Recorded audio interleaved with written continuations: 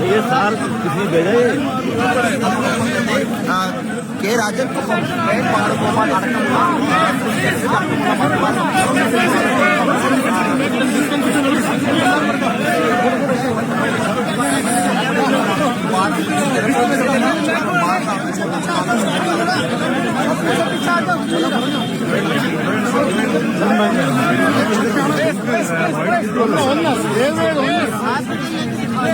Please, please.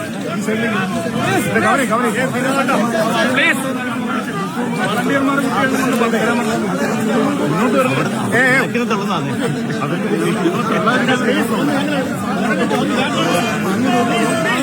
ബാക്കിലുള്ള എന്ത് ചെയ്യാൻ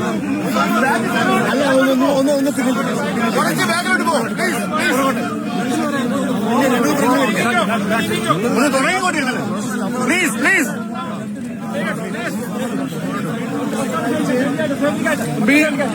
കുറച്ചും കൂടി ഡിസ്റ്റൻസ് കീപ്പ് ചെയ്യും.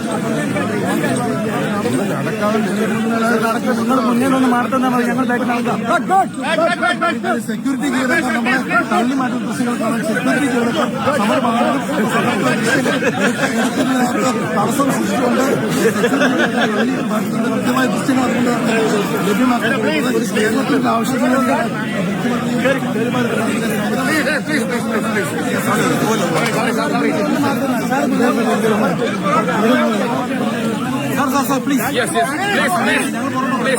നിങ്ങൾ എത്ര നേരമായി ഇന്നത് അതാണ്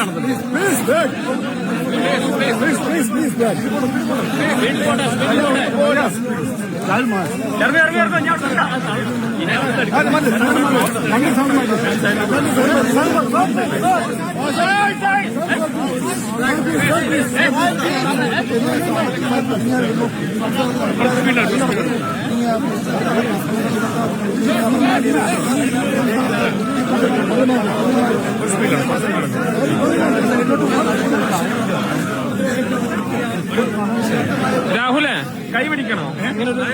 ഒരു കൈ പിടിക്കണം.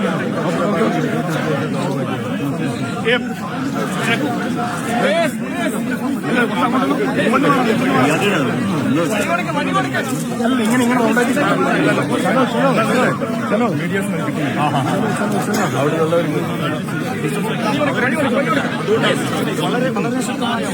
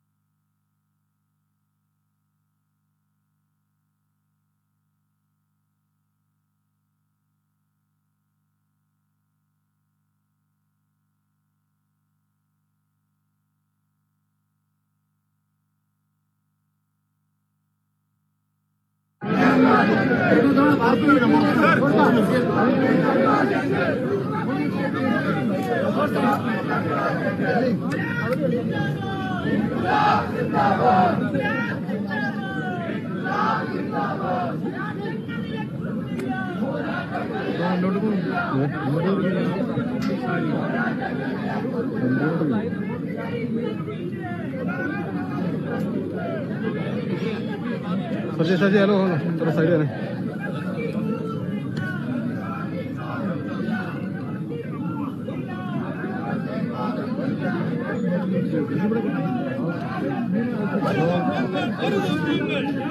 Hello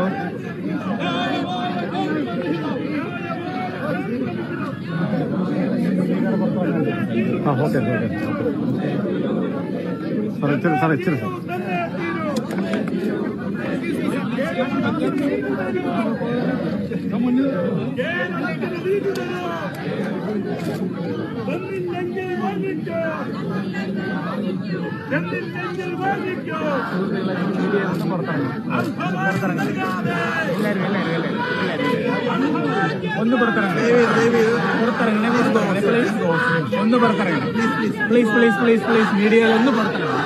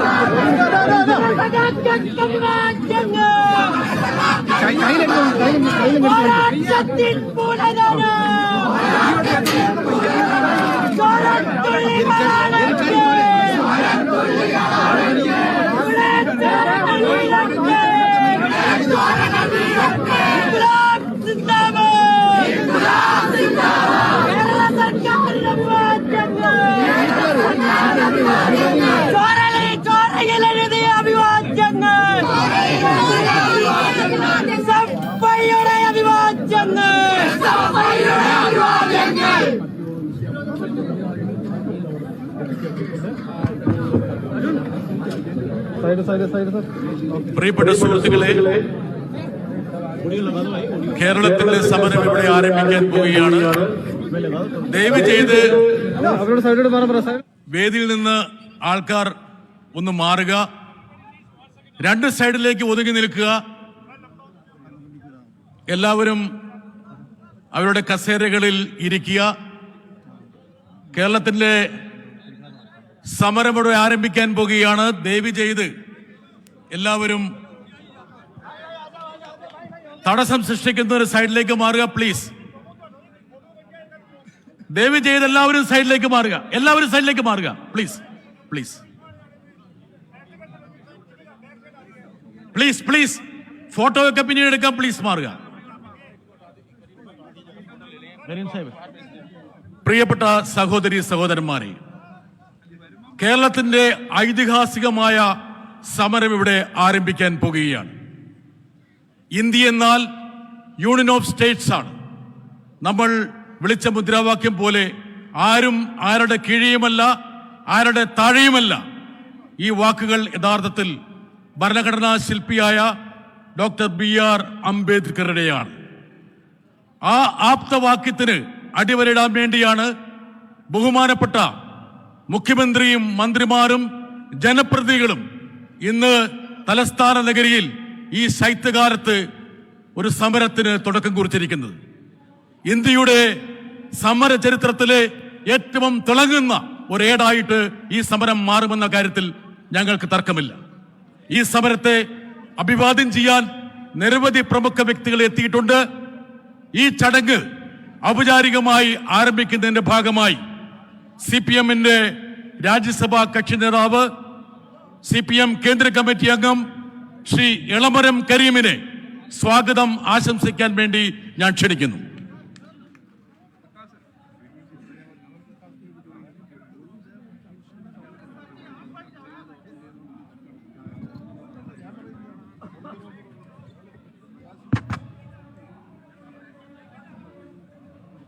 ബഹുമാന്യരെ,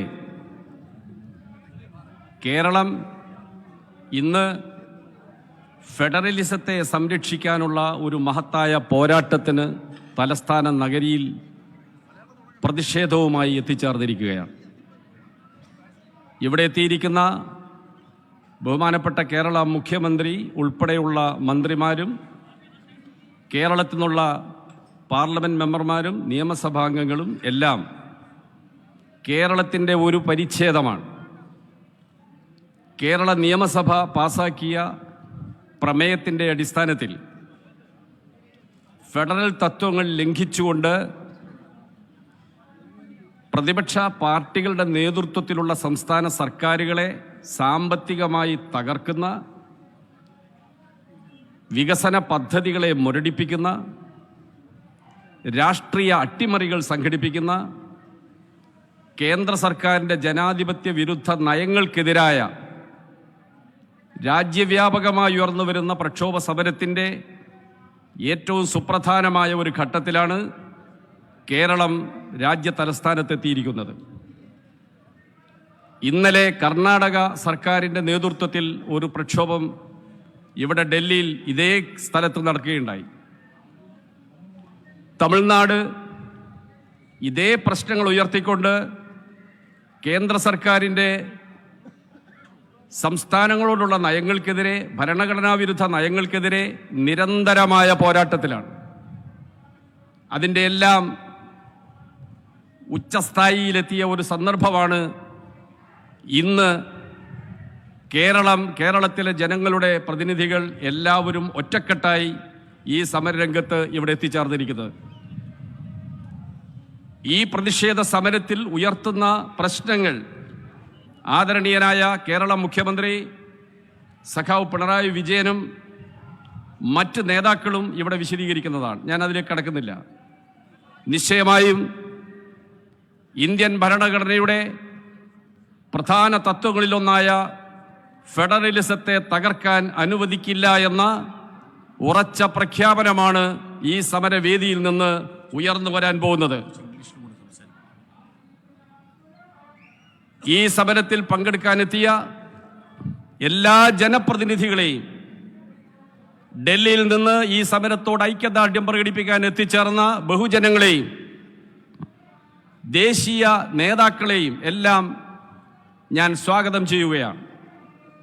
I am very happy to welcome all our national leaders, Chief Minister and other ministers from Kerala, Member of Parliaments from Kerala and MLAs from Kerala, to raise protest against the anti-federal policies of Government of India.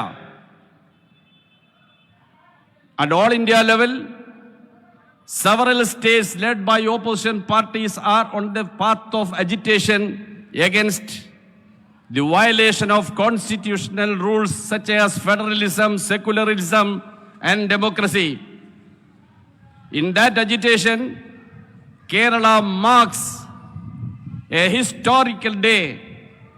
Today, the entire Kerala people, representing the entire Kerala people, the whole ministry and people's representatives are assembled here to raise Kerala's protest against central government's anti-federal policies.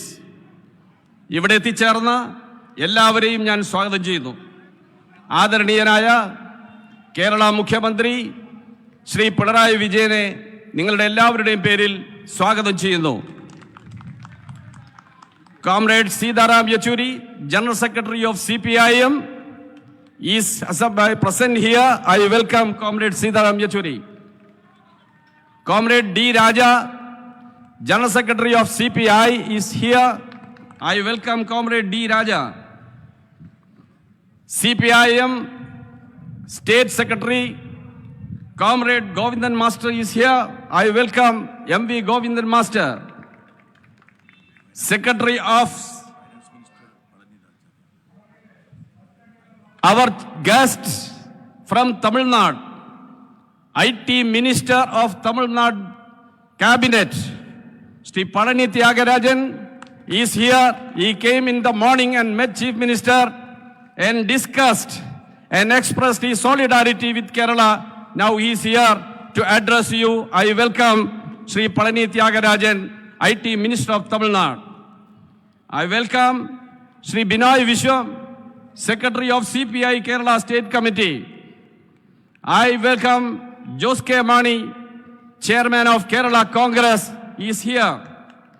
I welcome LDF convener, Kerala State convener, Comrade E.P. Jayarajan, Comrade Prakash Karat, Brinda Karat, M.A. Baby, A. Vijay Raghavan, and several other leaders are present here to express their solidarity with this historic agitation. I welcome you all, particularly the media persons and the peoples from the Delhi city who are come here to express their solidarity to the protest of Kerala people. All of you, once more, I welcome. Comrade Binoy Vishyam will preside over this function.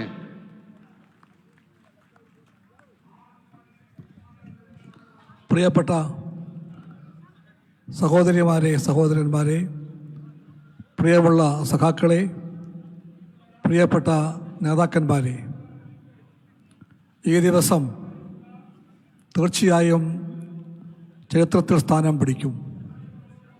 ഈ തണുത്ത രാവിലെ ദേശീയ ഐക്യത്തിൻ്റെയും federal പ്രമാണങ്ങളുടെയും ഉദാത്തമായ മൂല്യങ്ങൾ ഉയർത്തിപ്പിടിക്കാൻ വേണ്ടിയാണ്, ആ സമരം ചൂട് പകരാൻ വേണ്ടിയാണ് നമ്മളെല്ലാം ഇവിടെ ഒത്തുകൂടിയിരിക്കുന്നത്. ഈ സമരം എല്ലാ പ്രകാരത്തിലും പ്രത്യേകതയാർന്ന ഒന്നാണ്. കേരളത്തിലെ മുഖ്യമന്ത്രി പ്രിയപ്പെട്ട പിണറായി വിജയൻ, എല്ലാ മന്ത്രിമാർ, കേരളത്തിലെ MLA മാർ, MP മാർ എല്ലാവരും ഒറ്റക്കെട്ടായി ഇങ്ങോട്ട് വന്നിരിക്കുന്നു. ഈ സമരം കേരളത്തിൻ്റെ മാത്രം സമരമല്ല. ഈ സമരം ഇന്ത്യയുടെ ഐക്യം കാക്കാൻ വേണ്ടിയാണ്. ഈ സമരം ഭരണഘടനാ പ്രമാണങ്ങൾ ഉയർത്തിപ്പിടിക്കാൻ വേണ്ടിയാണ്. ഈ സമരങ്ങൾ ദേശീയ ഐക്യത്തിൻ്റെ ലക്ഷ്യങ്ങൾ സംരക്ഷിക്കാൻ വേണ്ടിയാണ്. ആ അർത്ഥത്തിൽ രാജ്യമാകെ തന്നെ ഈ സമരത്തെ പിന്തുണയ്ക്കുമെന്ന് നമുക്കുറപ്പുണ്ട്. കേരളം ഇന്ത്യയുടെ ഭാഗമാണ്. ആ കേരളത്തെ നിരന്തരമായി കേന്ദ്രത്തിലെ BJP ഗവൺമെൻറ് അവഗണിക്കുകയാണ്. BJP ഗവൺമെൻറ്റിന് ദേശീയ മൂല്യങ്ങൾ അറിയില്ല. മോദി ഗവൺമെൻറ്റിന് ഫെഡറൽ പ്രമാണങ്ങളെ ഭയമാണ്. പരിപൂർണമായും അധികാരമെല്ലാം കേന്ദ്രീകരിച്ചുകൊണ്ട് സമത്വാധികാരവും കൈക്കലാക്കാൻ വേണ്ടിയുള്ള നീക്കവുമായി പോകുന്ന ഗവൺമെൻറ്റിന്, RSSൻ്റെ രാഷ്ട്രീയമായ ഇടുങ്ങിയ വശങ്ങൾ മാത്രം കാണാൻ കഴിയുന്ന ഗവൺമെൻറ്റിന് ഈ നാടിൻ്റെ തെക്കേ കോണിലുള്ള കേരളത്തെ കാണാനും കേൾക്കാനും കാതില്ലെങ്കിൽ കണ്ണില്ലെങ്കിൽ അവരെ കേൾപ്പിക്കുവാനും കാണിക്കുവാനും വേണ്ടിയാണ് ഈ പോരാട്ടമെന്ന് നാം പ്രഖ്യാപിക്കുന്നു. ഈ പോരാട്ടം അവർ കാണും, അവർ കേൾക്കും എന്ന് നമുക്ക് ഉറപ്പിക്കാം. കാരണം രാജ്യം ഇതിൻ്റെ പുറകെ ഉണ്ടെന്ന് നാം കണ്ടു കഴിഞ്ഞു. എല്ലാ തരത്തിലും കേരളത്തോട് അവഗണനയാണ്. ഞാൻ വിശദാംശങ്ങളിലേക്ക് പോകുന്നില്ല. ദേശീയ വിഹിതം പങ്കുവയ്ക്കുമ്പോൾ അവർ കേരളത്തെ കാണുന്നില്ല. GST വിഷയത്തിൽ അവർ കേരളത്തെ അവഗണിച്ചിരിക്കുന്നു എന്ന് വേണ്ട. പൊതു കമ്പോളത്തിൽ നിന്ന് ധാന്യം ശേഖരിക്കാൻ വേണ്ടി പോലും അനുവദിക്കാതെ കേരളത്തെ പട്ടിണിക്കിട്ട് ശ്വാസം മുട്ടിക്കാൻ വേണ്ടിയാണ് ഗവൺമെൻറ്റിൻ്റെ പുറപ്പാട്. എല്ലാ തരത്തിലും വിദ്യാഭ്യാസ രംഗത്ത്, ആരോഗ്യരംഗത്ത്, ഭക്ഷ്യരംഗത്ത്, ഫെഡറൽ പ്രമാണങ്ങളിൽ എല്ലാ രംഗത്തും ഈ കേരളത്തോട് കാണിക്കുന്ന കൊടും അവഗണനയ്ക്ക് ഇനിയും നമുക്ക് സഹിച്ച് കൈകെട്ടി കാത്തിരിക്കാൻ കഴിയില്ല എന്നാണ് കേരളം പ്രഖ്യാപിക്കുന്നത്. ഈ പ്രഖ്യാപനം ഒരു പാർട്ടിയുടേതല്ല. ഈ പ്രഖ്യാപനം ഒരു നാടിൻ്റേതാണ്. ഈ പ്രഖ്യാപനം കേരളത്തിന് മാത്രവുമല്ല. അതുകൊണ്ട് പറയുകയാണ്, തെക്കേ കോണിലാണ് കേരളം. ഭൂമിസ്ഥിതിയിൽ കേരളം ചെറുതായിരിക്കാം. OV വിജയൻ പട്ടിലേക്ക് പറഞ്ഞു, ലോകം ഒരു പന്താണെങ്കിൽ ആ പന്തിൽ പതിച്ച പൊട്ടാണ് ഇന്ത്യയെങ്കിൽ ആ പൊട്ടിൻ്റെ കോണിൽ ഒരു സൂചിയുടെ കുത്തായിരിക്കും അപ്പോൾ കേരളമെന്ന്. പക്ഷേ അത്രയും ചെറുതല്ല കേരളം. കേരളത്തിൻ്റെ ശബ്ദം ലോകം കേൾക്കുന്നുണ്ട്, ഇന്ത്യ കാണുന്നുണ്ട്. ഈ കൊച്ചു കേരളത്തിൻ്റെ വികാരങ്ങളെയും വിചാരങ്ങളെയും ആഹ്വാനങ്ങളെയും എന്നും കേരളം മാനിച്ചിട്ടുണ്ട്. കേരളം ഇന്ത്യക്ക് വഴി കാണിച്ച സംസ്ഥാനമാണ്. ഈ സംസ്ഥാനമാണ് ഭൂമന്ത്രങ്ങളെ ആദ്യമായി മാറ്റിക്കുറിച്ചത്. ഈ സംസ്ഥാനമാണ് ജന്മത്വ മന്ത്രങ്ങളെ തീർത്തുക്കുറിച്ചത്. ഈ ഗവൺമെൻറ്റാണ് എല്ലാവർക്കും വിദ്യാഭ്യാസം, എല്ലാവർക്കും ആരോഗ്യം ഉറപ്പാക്കിയത്. ആ ഗവൺമെൻറ്റിന് ഈ ഗവൺമെൻറ്റിന് അതുകൊണ്ട് എല്ലാം പറയാൻ കഴിയും. ആ പാതയിലൂടെയാണ് LDF മുന്നോട്ട് പോയതെന്ന്. പുത്തൻ കേരളത്തിൻ്റെ സൃഷ്ടിയിലൂടെ, പുത്തൻ കേരളത്തിൻ്റെ ഒഴുകിലൂടെ ഇന്ത്യക്ക് മുമ്പോട്ട് പോകാൻ വേണ്ടിയുള്ള ശ്രമത്തിലാണ് നാം നിൽക്കുന്നതെന്ന് നമുക്കറിയാം. ആ ഒരു തിരിച്ചറിവിലാണ് എല്ലാ മന്ത്രിമാരും, എല്ലാ MLA മാരും, എല്ലാ MP മാരും ഇവിടെ എത്തിയതെന്ന് നമുക്കെല്ലാവർക്കും ആവേശപൂർവ്വം പറയുവാൻ കഴിയും. സഖാക്കളെ, സുഹൃത്തുക്കളെ, ഇതിനകത്ത് എല്ലാവരും വരണമെന്ന് നമ്മൾ ആഗ്രഹിച്ചിരുന്നു. പക്ഷേ നിർഭാഗ്യവശാൽ കേരളത്തിലെ കോൺഗ്രസ് നേതാക്കന്മാർക്ക് അത് മനസ്സിലാക്കാനായിട്ടില്ല. അവർക്ക് മാത്രം ബോധ്യമാകത്താൽ അകന്നു പോകാൻ ശ്രമിക്കുകയാണ്. ഇന്നലെ നമ്മൾ കണ്ടു, കർണാടകത്തിലെ ഗവൺമെന്റ് ഇവിടെ വന്നു, ആ ഗവൺമെന്റ് ഫലവച്ചു നിൽക്കുന്നു. ആ കർണാടകത്തിന്റെ ആ മാർഗം കേരളത്തിലെ കോൺഗ്രസുകാർക്ക് ബോധ്യപ്പെടാൻ കഴിയട്ടെ എന്ന് എനിക്ക് പറയാനുള്ളൂ. If spring has come can spring be, if winter has come can spring be far away എന്ന് പറയുമ്പോഴാണ് വിഷയം. കർണാടകത്തിന് ബോധ്യപ്പെട്ടുവെങ്കിൽ നാളെ കേരളത്തിലെ കോൺഗ്രസുകാർക്ക് ബോധ്യപ്പെടുമെന്ന് നമുക്ക് ഉറപ്പിക്കാം. സുഹൃത്തുക്കളെ, ഞാൻ ദുഃഖമായിട്ട് ഒന്നും പറയാൻ ആഗ്രഹിക്കുന്നില്ല. ഇപ്പോൾ നമ്മുടെ നാടിന്റെ എല്ലാ വികാരങ്ങളെയും, എല്ലാ ഐക്യത്തെയും, എല്ലാ പരമ്പരങ്ങളെയും, എല്ലാ പോരാട്ട വിധത്തെയും ഉയർത്തിപ്പിടിക്കുന്ന സമരത്തിലേക്ക് എത്തിച്ച എല്ലാവരെയും ഞാൻ എല്ലാവർക്കും വേണ്ടിയും അഭിവാദ്യം ചെയ്യുന്നു. എന്റെ വാക്കുകൾ ചുരുക്കുന്നു. സഹാക്കളെ, മുന്നോട്ട്. We are glad to invite Dr. Farooq Abdullah, who has come to express solidarity with this agitation. ये बड़ा आंदोलन यहाँ हम शुरू हो रहे, सिर्फ केरला अकेला नहीं है, ये इंडिया का डिफरेंट लीडर्स, डिफरेंट स्टेट्स हमारा साथ है. अभी भी मैसेज सीएम साहब को मिला है मिजोरम सीएम के तरफ से. ये एजिटेशन को सोलिडारिटी डिक्लेयर करके उन्होंने मैसेज भेजा है. I warmly welcome Dr. Farooq Abdullah to this great agitation. अभी ये प्रोग्राम का कार्यक्रम का इनाग्रेशन है. केरल का मुख्यमंत्री, respected chief minister, will inaugurate this great agitation which is going to create history in this country. And this path-breaking agitation will have tremendous impact in center-state relations. ये लड़ाई हम शुरू हो रहे. I warmly welcome the Chief Minister of Kerala, one of the fairest fighters of this country for the federal character of this nation.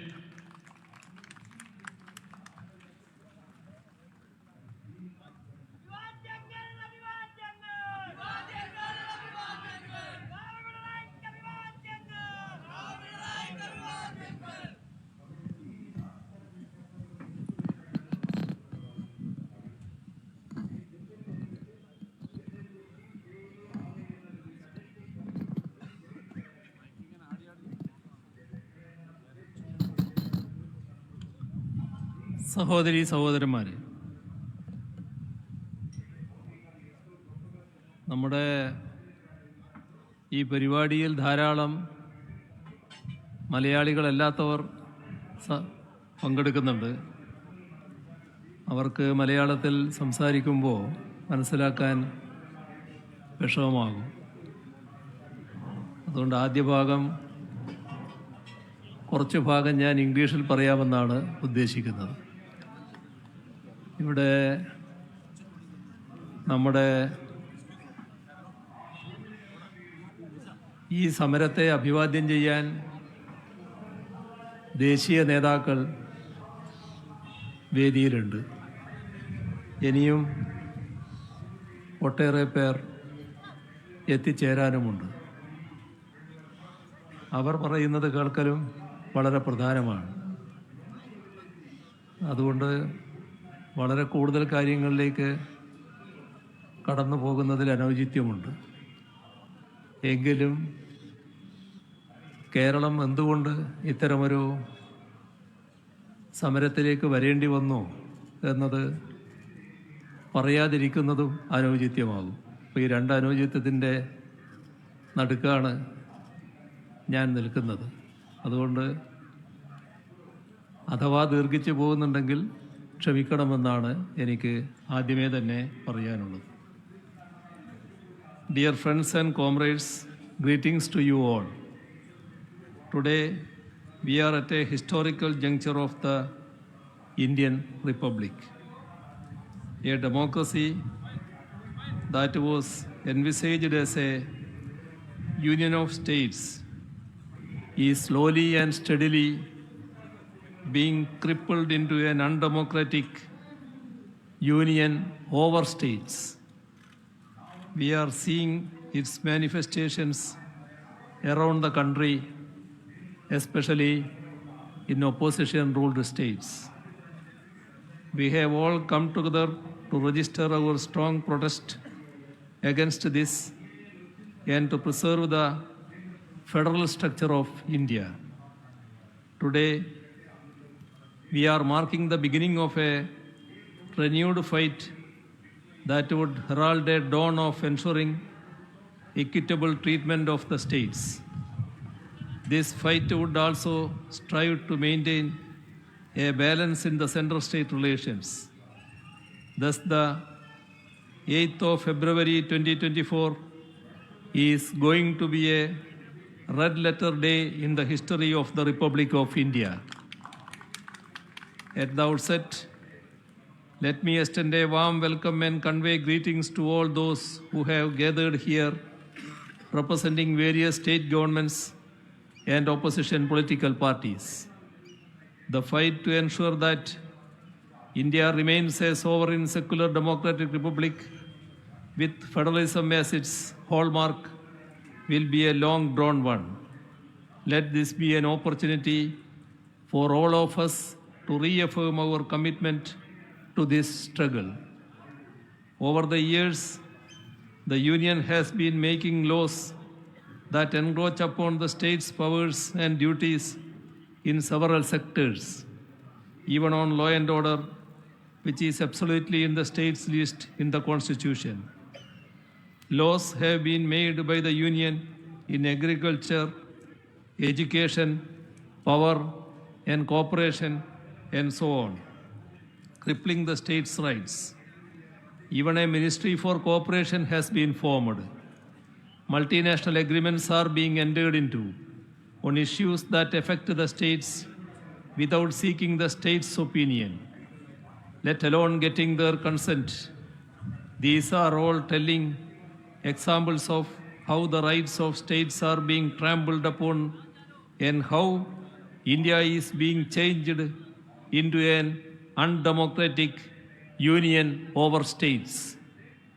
However, the body blow to India's federal structure is coming from the Union eating into the state's financial resources.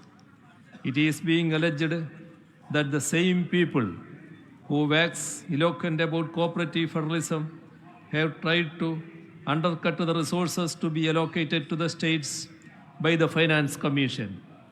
On top of that, we are seeing the Union's allocation for their own schemes coming down year after year, while the states are being forced to chip in more and more. As it is, the states are having to shoulder the major burden of expenses in the country. According to RBI reports, the states are having to cover a substantial 65% of the country's total expenses, with the Union's contribution being only 35%. But when it comes to revenue sharing, it goes in the reverse direction. The Union government pockets about 65% and the states are left with only 35%. States have to meet 65% of the expenses with only 35% of the revenue. Even in the interim budget that was presented a few days back, the states are being further squeezed as the loans given for capital expenditures have been reduced. Despite the Union having a lower share than the states in many central schemes, they are keen to brand them. They even go to the extent of saying that funds will not be issued if there is no branding. Branding is essentially labeling. By doing so, the self-worth of the beneficiaries of such schemes is being questioned. No responsible government that sees development and welfare as people's genuine rights can name and shame their own citizens. Let us take the examples of Kerala's Life Mission. So far, 3,74,508 houses have been built under it. A total of rupees 17,104 crores and 87 lakhs has been spent for it. the union share in it is merely rupees 2,081 crore 69 lakhs only, a paltry 12.17%. 87.83% of it has been borne by the government of Kerala and LSGDs in Kerala. Even in this project, they are adamant that they should be named. If not, they say that they will withhold even their minuscule share, just because the union demands that their name board should be kept. Let us not be under any illusion that this project is their benevolence. Just imagine the pitiable scene of a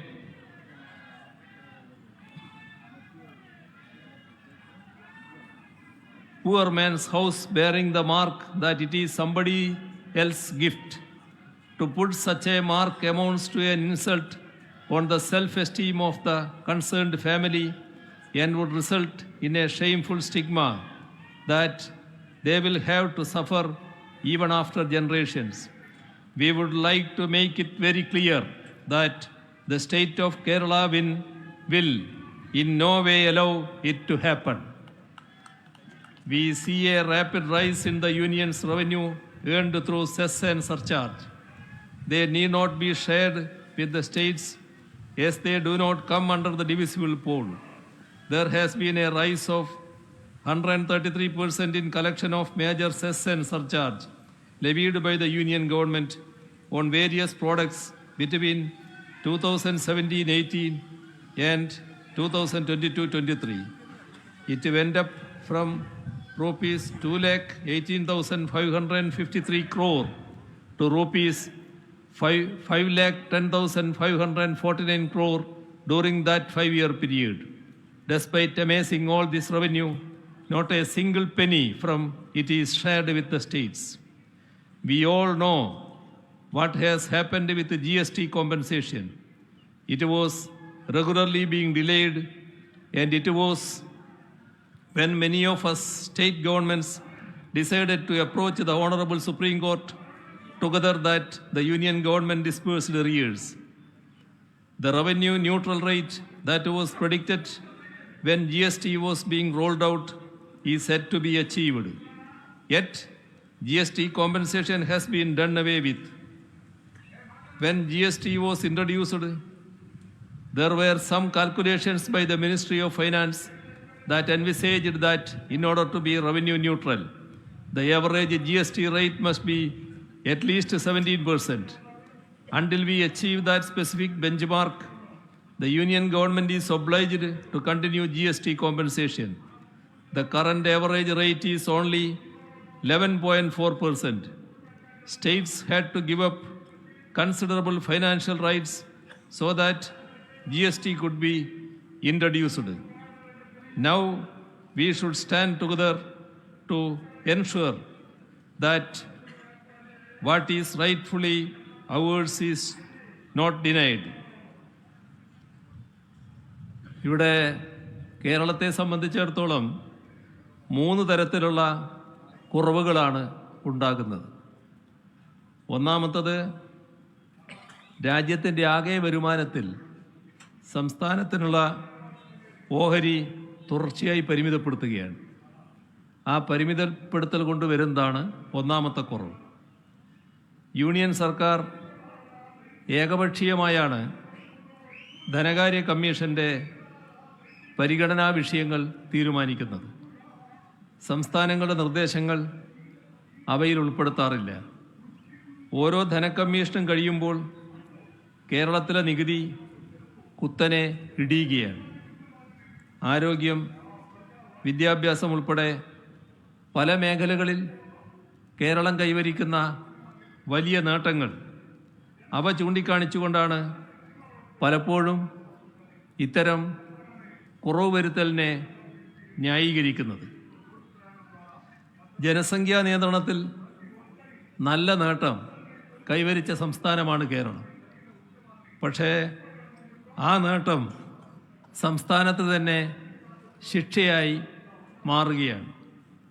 നേട്ടത്തിൻ്റെ പേരിൽ വിഹിതം കുറക്കുന്നു. നേട്ടങ്ങൾ പരിരക്ഷിക്കണമെങ്കിൽ പണം വേണ്ടേ? പുതുതലമുറ പ്രശ്നങ്ങൾ നേരിടണമെങ്കിൽ അതിനും പണം വേണ്ടേ? അത് തരാൻ തയ്യാറല്ല.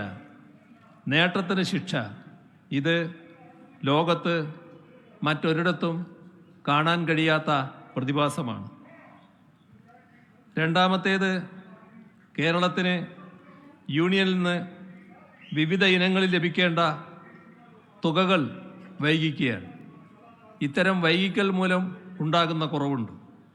ഇന്നത്തെ നിലക്ക് യൂണിയനിൽ നിന്ന് കേരളത്തിന് ലഭിക്കാനുള്ള തുകകൾ: UGC ശമ്പള പരിഷ്കരണം 750 കോടി രൂപ, തദ്ദേശ സ്ഥാപനങ്ങൾക്കുള്ള വികസന ഗ്രാന്റ് 1921 കോടി രൂപ, നെല്ല് സംഭരണം ഉൾപ്പെടെ ഭക്ഷ്യസുരക്ഷാ പദ്ധതിയുമായി ബന്ധപ്പെട്ടത് 1100 കോടി രൂപ, വിവിധ ദുരിതാശ്വാസങ്ങൾക്കുള്ളത് 139 കോടി രൂപ, സ്റ്റേറ്റ് ഡിസാസ്റ്റർ മിറ്റിഗേഷൻ ഫണ്ട് 69 കോടി രൂപ, capital investment special assistance CAPEX എന്ന ചുരുക്കപ്പേരിൽ അറിയപ്പെടുന്ന 3000 കോടി രൂപ. അങ്ങനെ ആകെ 7490 കോടി രൂപ. ഫണ്ട് ട്രാൻസ്ഫറുകളുമായി ബന്ധപ്പെട്ട് എല്ലാ സംസ്ഥാനങ്ങളും ഇത്തരത്തിലുള്ള പ്രതിസന്ധിയാണ് നേരിടുന്നത്. UGC ഫണ്ട് കാര്യത്തിൽ കേരളം നേരിട്ടൊരു വൈഷമ്യം. UGC ശമ്പള പരിഷ്കരണം നടപ്പിലാക്കിയതും ശമ്പളം വിതരണം ചെയ്തതും കേന്ദ്ര നിർദ്ദേശമനുസരിച്ചാണ്. എന്നാൽ ആ തുക പോലും നിഷേധിക്കുകയാണ് ചെയ്തത്. യൂട്ടിലൈസേഷൻ സർട്ടിഫിക്കറ്റ് വൈകിയതുകൊണ്ട് ചെലവാക്കിയ തുക തരില്ല എന്ന ന്യായമാണ് കേന്ദ്രം പറയുന്നത്. സർട്ടിഫിക്കറ്റ് വൈകുമ്പോൾ തുക തരുന്നത് വൈകുന്നത് മനസ്സിലാക്കാം. പക്ഷേ ആ കാരണം കൊണ്ട് തുക തന്നെ തരില്ല എന്ന് പറഞ്ഞാലോ? 750 കോടി രൂപയാണ് ഈ രീതിയിൽ നഷ്ടപ്പെടുന്നത്. ഇതേ വിധത്തിലാണ് മറ്റുള്ള കാര്യങ്ങൾ. മൂന്നാമത്തേത്, ഭരണഘടനയെ ദുർവ്യാഖ്യാനം ചെയ്യുകയാണ്. അങ്ങനെ ദുർവ്യാഖ്യാനം ചെയ്തുകൊണ്ട് വായ്പയെടുക്കൽ പരിമിതപ്പെടുത്തുന്നു. അതുകൊണ്ട് സംസ്ഥാനത്തിനുണ്ടാകുന്ന കുറവുണ്ട്. കിഫ്ബിയും KSSPL-ഉം രൂപീകരിക്കപ്പെട്ടത് സംസ്ഥാനത്തിൻ്റെ വികസനക്ഷേമ ഇടപെടലുകൾ കാര്യക്ഷമമാക്കാനാണ്. ബജറ്റിന് പുറത്തുള്ളതാണ് ഈ സ്ഥാപനങ്ങൾ എടുക്കുന്ന കടങ്ങൾ. പക്ഷേ അവയെ സംസ്ഥാനത്തിൻ്റെ പൊതുകടത്തിൻ്റെ ഭാഗമായി കണക്കാക്കുകയാണ്. ഇതിനാണെങ്കിൽ മുൻകാല പ്രാബല്യം വരുത്തുകയാണ്. 2016-17 മുതൽ 2023-24 വരെയുള്ള 7 സാമ്പത്തിക വർഷങ്ങളിൽ 1,07,513 കോടി രൂപയുടെ നഷ്ടമാണ് കേരളത്തിന് ഉണ്ടായിട്ടുള്ളത്. 15ാം ധനകാര്യ കമ്മീഷൻ്റെ നിർദ്ദേശങ്ങൾക്ക് പ്രസിഡന്റിൻ്റെ അംഗീകാരം ലഭിക്കുകയും യൂണിയൻ സർക്കാർ തന്നെ അവ പാർലമെൻറ്റിനെ അറിയിക്കുകയും ചെയ്തിട്ടുള്ളതാണ്. എന്നാൽ ഈ നിർദ്ദേശങ്ങൾക്ക് ഘടകവിരുദ്ധമായാണ് മുൻകാല പ്രാബല്യത്തോടെ കേരളത്തിൻ്റെ വായ്പാ പരിധിയെ പരിമിതപ്പെടുത്തിയിരിക്കുന്നത്. ചുരുക്കത്തിൽ യൂണിയൻ സർക്കാർ പാർലമെൻറ്റ് നൽകിയിട്ടുള്ള ഉറപ്പിനെ തന്നെ ലംഘിക്കുകയാണ്. നമുക്കറിയാം, പല കാര്യങ്ങളിലും നല്ല പ്രകടനം കേരളം കാഴ്ചവെക്കുന്നുണ്ട്. ആ കേരളത്തിനെതിരെ പ്രത്യേക രീതിയിലുള്ള സാമ്പത്തിക ഉപരോധം ഏർപ്പെടുത്തുന്ന നിലയാണ് ബോധപൂർവം കേന്ദ്ര ഗവൺമെൻറ് ഭാഗത്ത് നിന്നുണ്ടാകുന്നത്. യൂണിയൻ സർക്കാർ പിന്തുടരുന്ന രാഷ്ട്രീയ സാമ്പത്തിക നയങ്ങൾ അതേ രീതിയിൽ പിന്തുടരാത്ത ഒരു സംസ്ഥാനമാണ് കേരളം. ആ കാരണം വെച്ച് കേരളത്തെ അവഗണിക്കുന്നുവെന്നാണ് ബഹുജനങ്ങൾ കണക്കാക്കുന്നത്. തീർത്തും ജനാധിപത്യ വിരുദ്ധമായ സമീപനമാണ് ഇത്.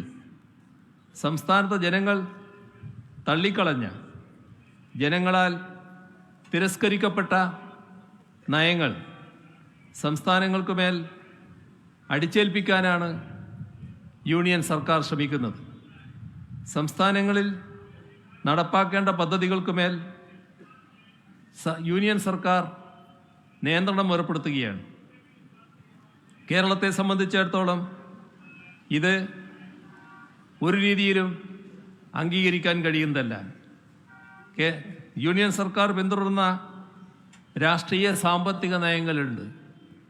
ആ രാഷ്ട്രീയ സാമ്പത്തിക നയങ്ങളോട് കേരളത്തിന് യോജിപ്പില്ല.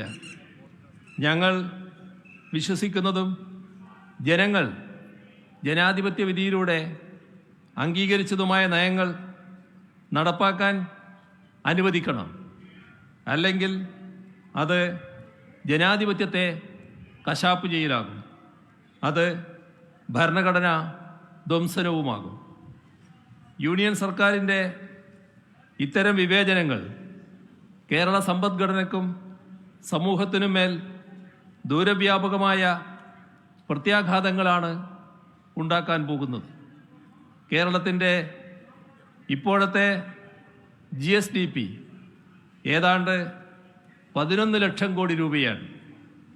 വായ്പ പരിമിതപ്പെടുത്തിക്കൊണ്ട് മാത്രം ഇതിൻ്റെ ഏകദേശം 10% കേരളത്തിന് നഷ്ടപ്പെടുന്നത്.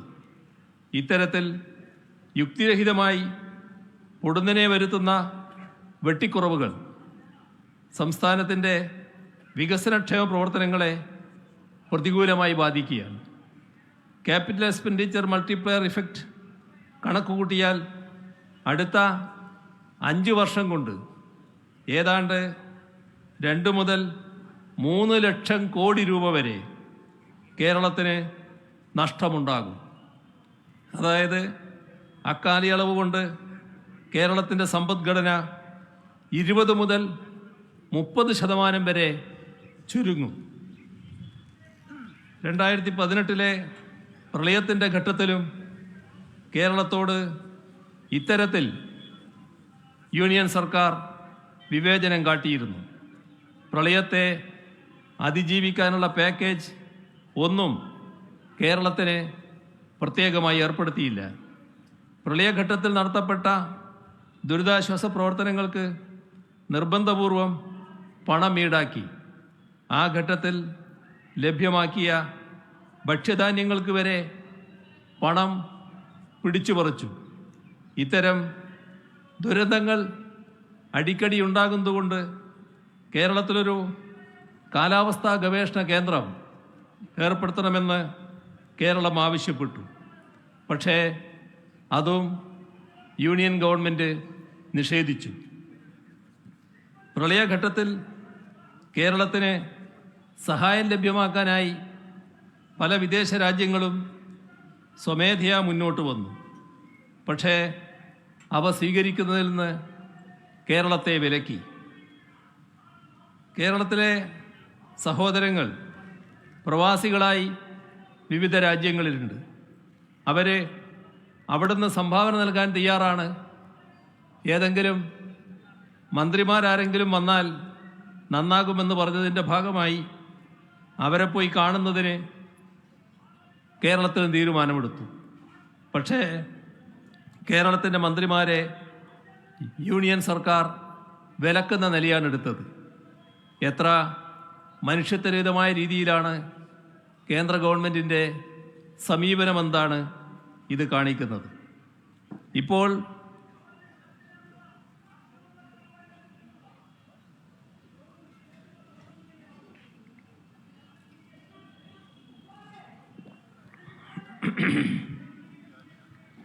പ്രഖ്യാപിക്കപ്പെട്ട ഇടക്കാല ബജറ്റിൽ കേരളത്തോടുള്ള വിവേചനവും അനീതിയും പ്രകടമാണ്. കേരളത്തിൻ്റെ ആവശ്യങ്ങളൊന്നും അംഗീകരിക്കപ്പെട്ടിട്ടില്ല. എയിംസ്, കേരയിൽ, ശബരിപാത, കോച്ച് ഫാക്ടറി, മെമു ഷെഡ് തുടങ്ങിയ ആവശ്യങ്ങളൊന്നും കേട്ടതായി പോലും നടിച്ചില്ല. സ്വാഭാവിക റബ്ബറിൻ്റെ ഇറക്കുമതി ചുങ്കം വർദ്ധിപ്പിക്കുമെന്ന പ്രഖ്യാപനം ഉണ്ടായിട്ടില്ല. റബ്ബർ വിലസ്ഥിരത ഉറപ്പുവരുത്താനായി ഒരു കേന്ദ്ര ഫണ്ടും സ്ഥാപിച്ചിട്ടില്ല. തീരദേശ സംരക്ഷണത്തിനായി ഒരു പാക്കേജും പ്രഖ്യാപിച്ചില്ല. സാമൂഹ്യ സാമ്പത്തിക മേഖലകളിലെ നേട്ടങ്ങളുടെയും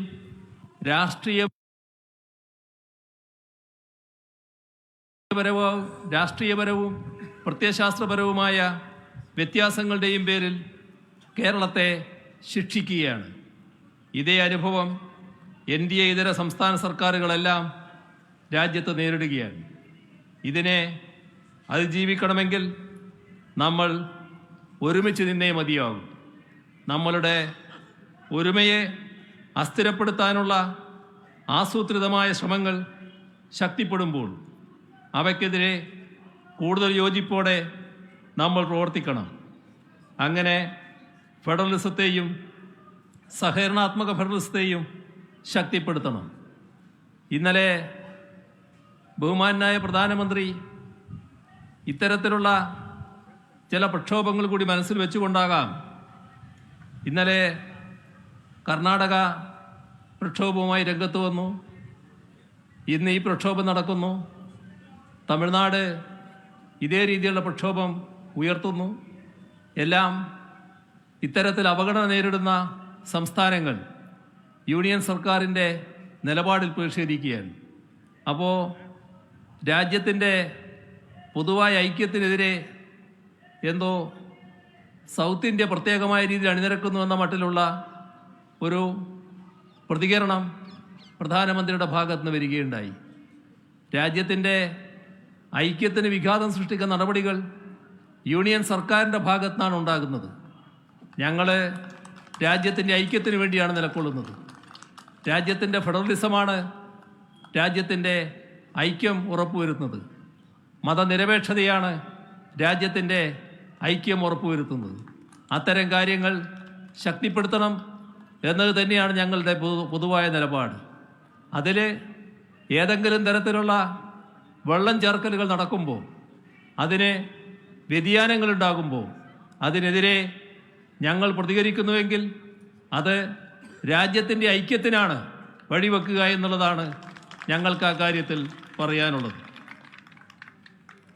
ഇടക്കാല ബജറ്റിൽ ഉൾപ്പെടെ രാജ്യത്തെ സാധാരണക്കാർക്കും പാവപ്പെട്ടവർക്കും വേണ്ടി തങ്ങളൊന്നും ചെയ്യാൻ ഉദ്ദേശിക്കുന്നില്ല എന്നാണ് യൂണിയൻ സർക്കാർ വ്യക്തമാക്കിയിട്ടുള്ളത്. എന്നാൽ ജനങ്ങളുടെ സുഖവും ക്ഷേമവും ഉറപ്പുവരുത്താൻ പ്രതിജ്ഞാബദ്ധതയുള്ളവരെന്ന നിലക്ക് നമുക്ക് സംസ്ഥാന സർക്കാരുകൾക്ക് അത്തരത്തിലൊരു മനുഷ്യത്വ വിരുദ്ധ സമീപനം കൈക്കൊള്ളാൻ കഴിയുകയില്ല. ഓരോ സംസ്ഥാനത്തിൻ്റെയും അവസ്ഥ പരിശോധിച്ചാൽ ഈ കാര്യം മനസ്സിലാക്കാൻ കഴിയും.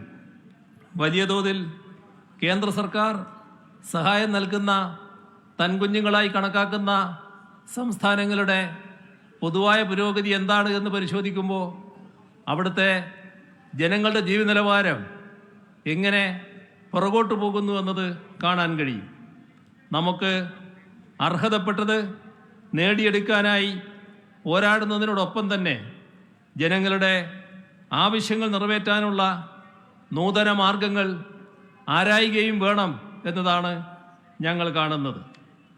സംസ്ഥാനത്ത് സാമ്പത്തിക വൈഷമ്യമുള്ളത് സംസ്ഥാന സർക്കാരിൻ്റെ കെടുകാര്യസ്ഥത കൊണ്ടാണ് എന്ന് ചിലർ ആക്ഷേപിക്കാൻ തയ്യാറാകുന്നുണ്ട്.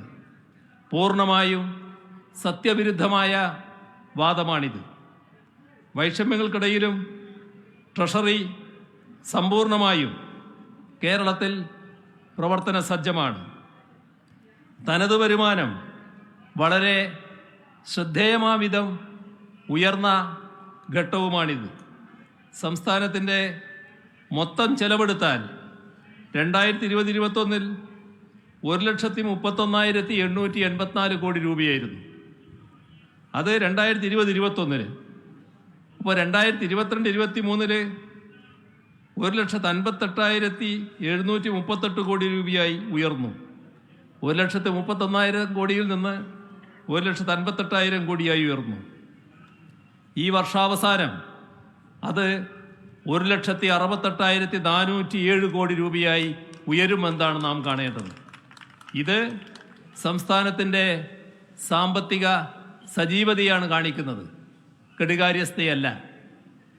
തനത് വരുമാനത്തിൽ കാര്യമായ വർധനവുണ്ടാക്കിക്കൊണ്ട് തന്നെയാണ് കൂടുതൽ തുക ചെലവിട്ടത്. ഒറ്റ വർഷം കൊണ്ട് തനത് നികുതി വരുമാനം 2020-21 47,661 കോടി രൂപയായിരുന്നത് 2021-22 58,341 2022-23 71,968 കോടി രൂപയായും സംസ്ഥാനത്തിന് ഉയർത്താനായി. വർഷാവസാനം 78,000 കോടി രൂപയാവും. അതായത് 2020-21 നിന്ന്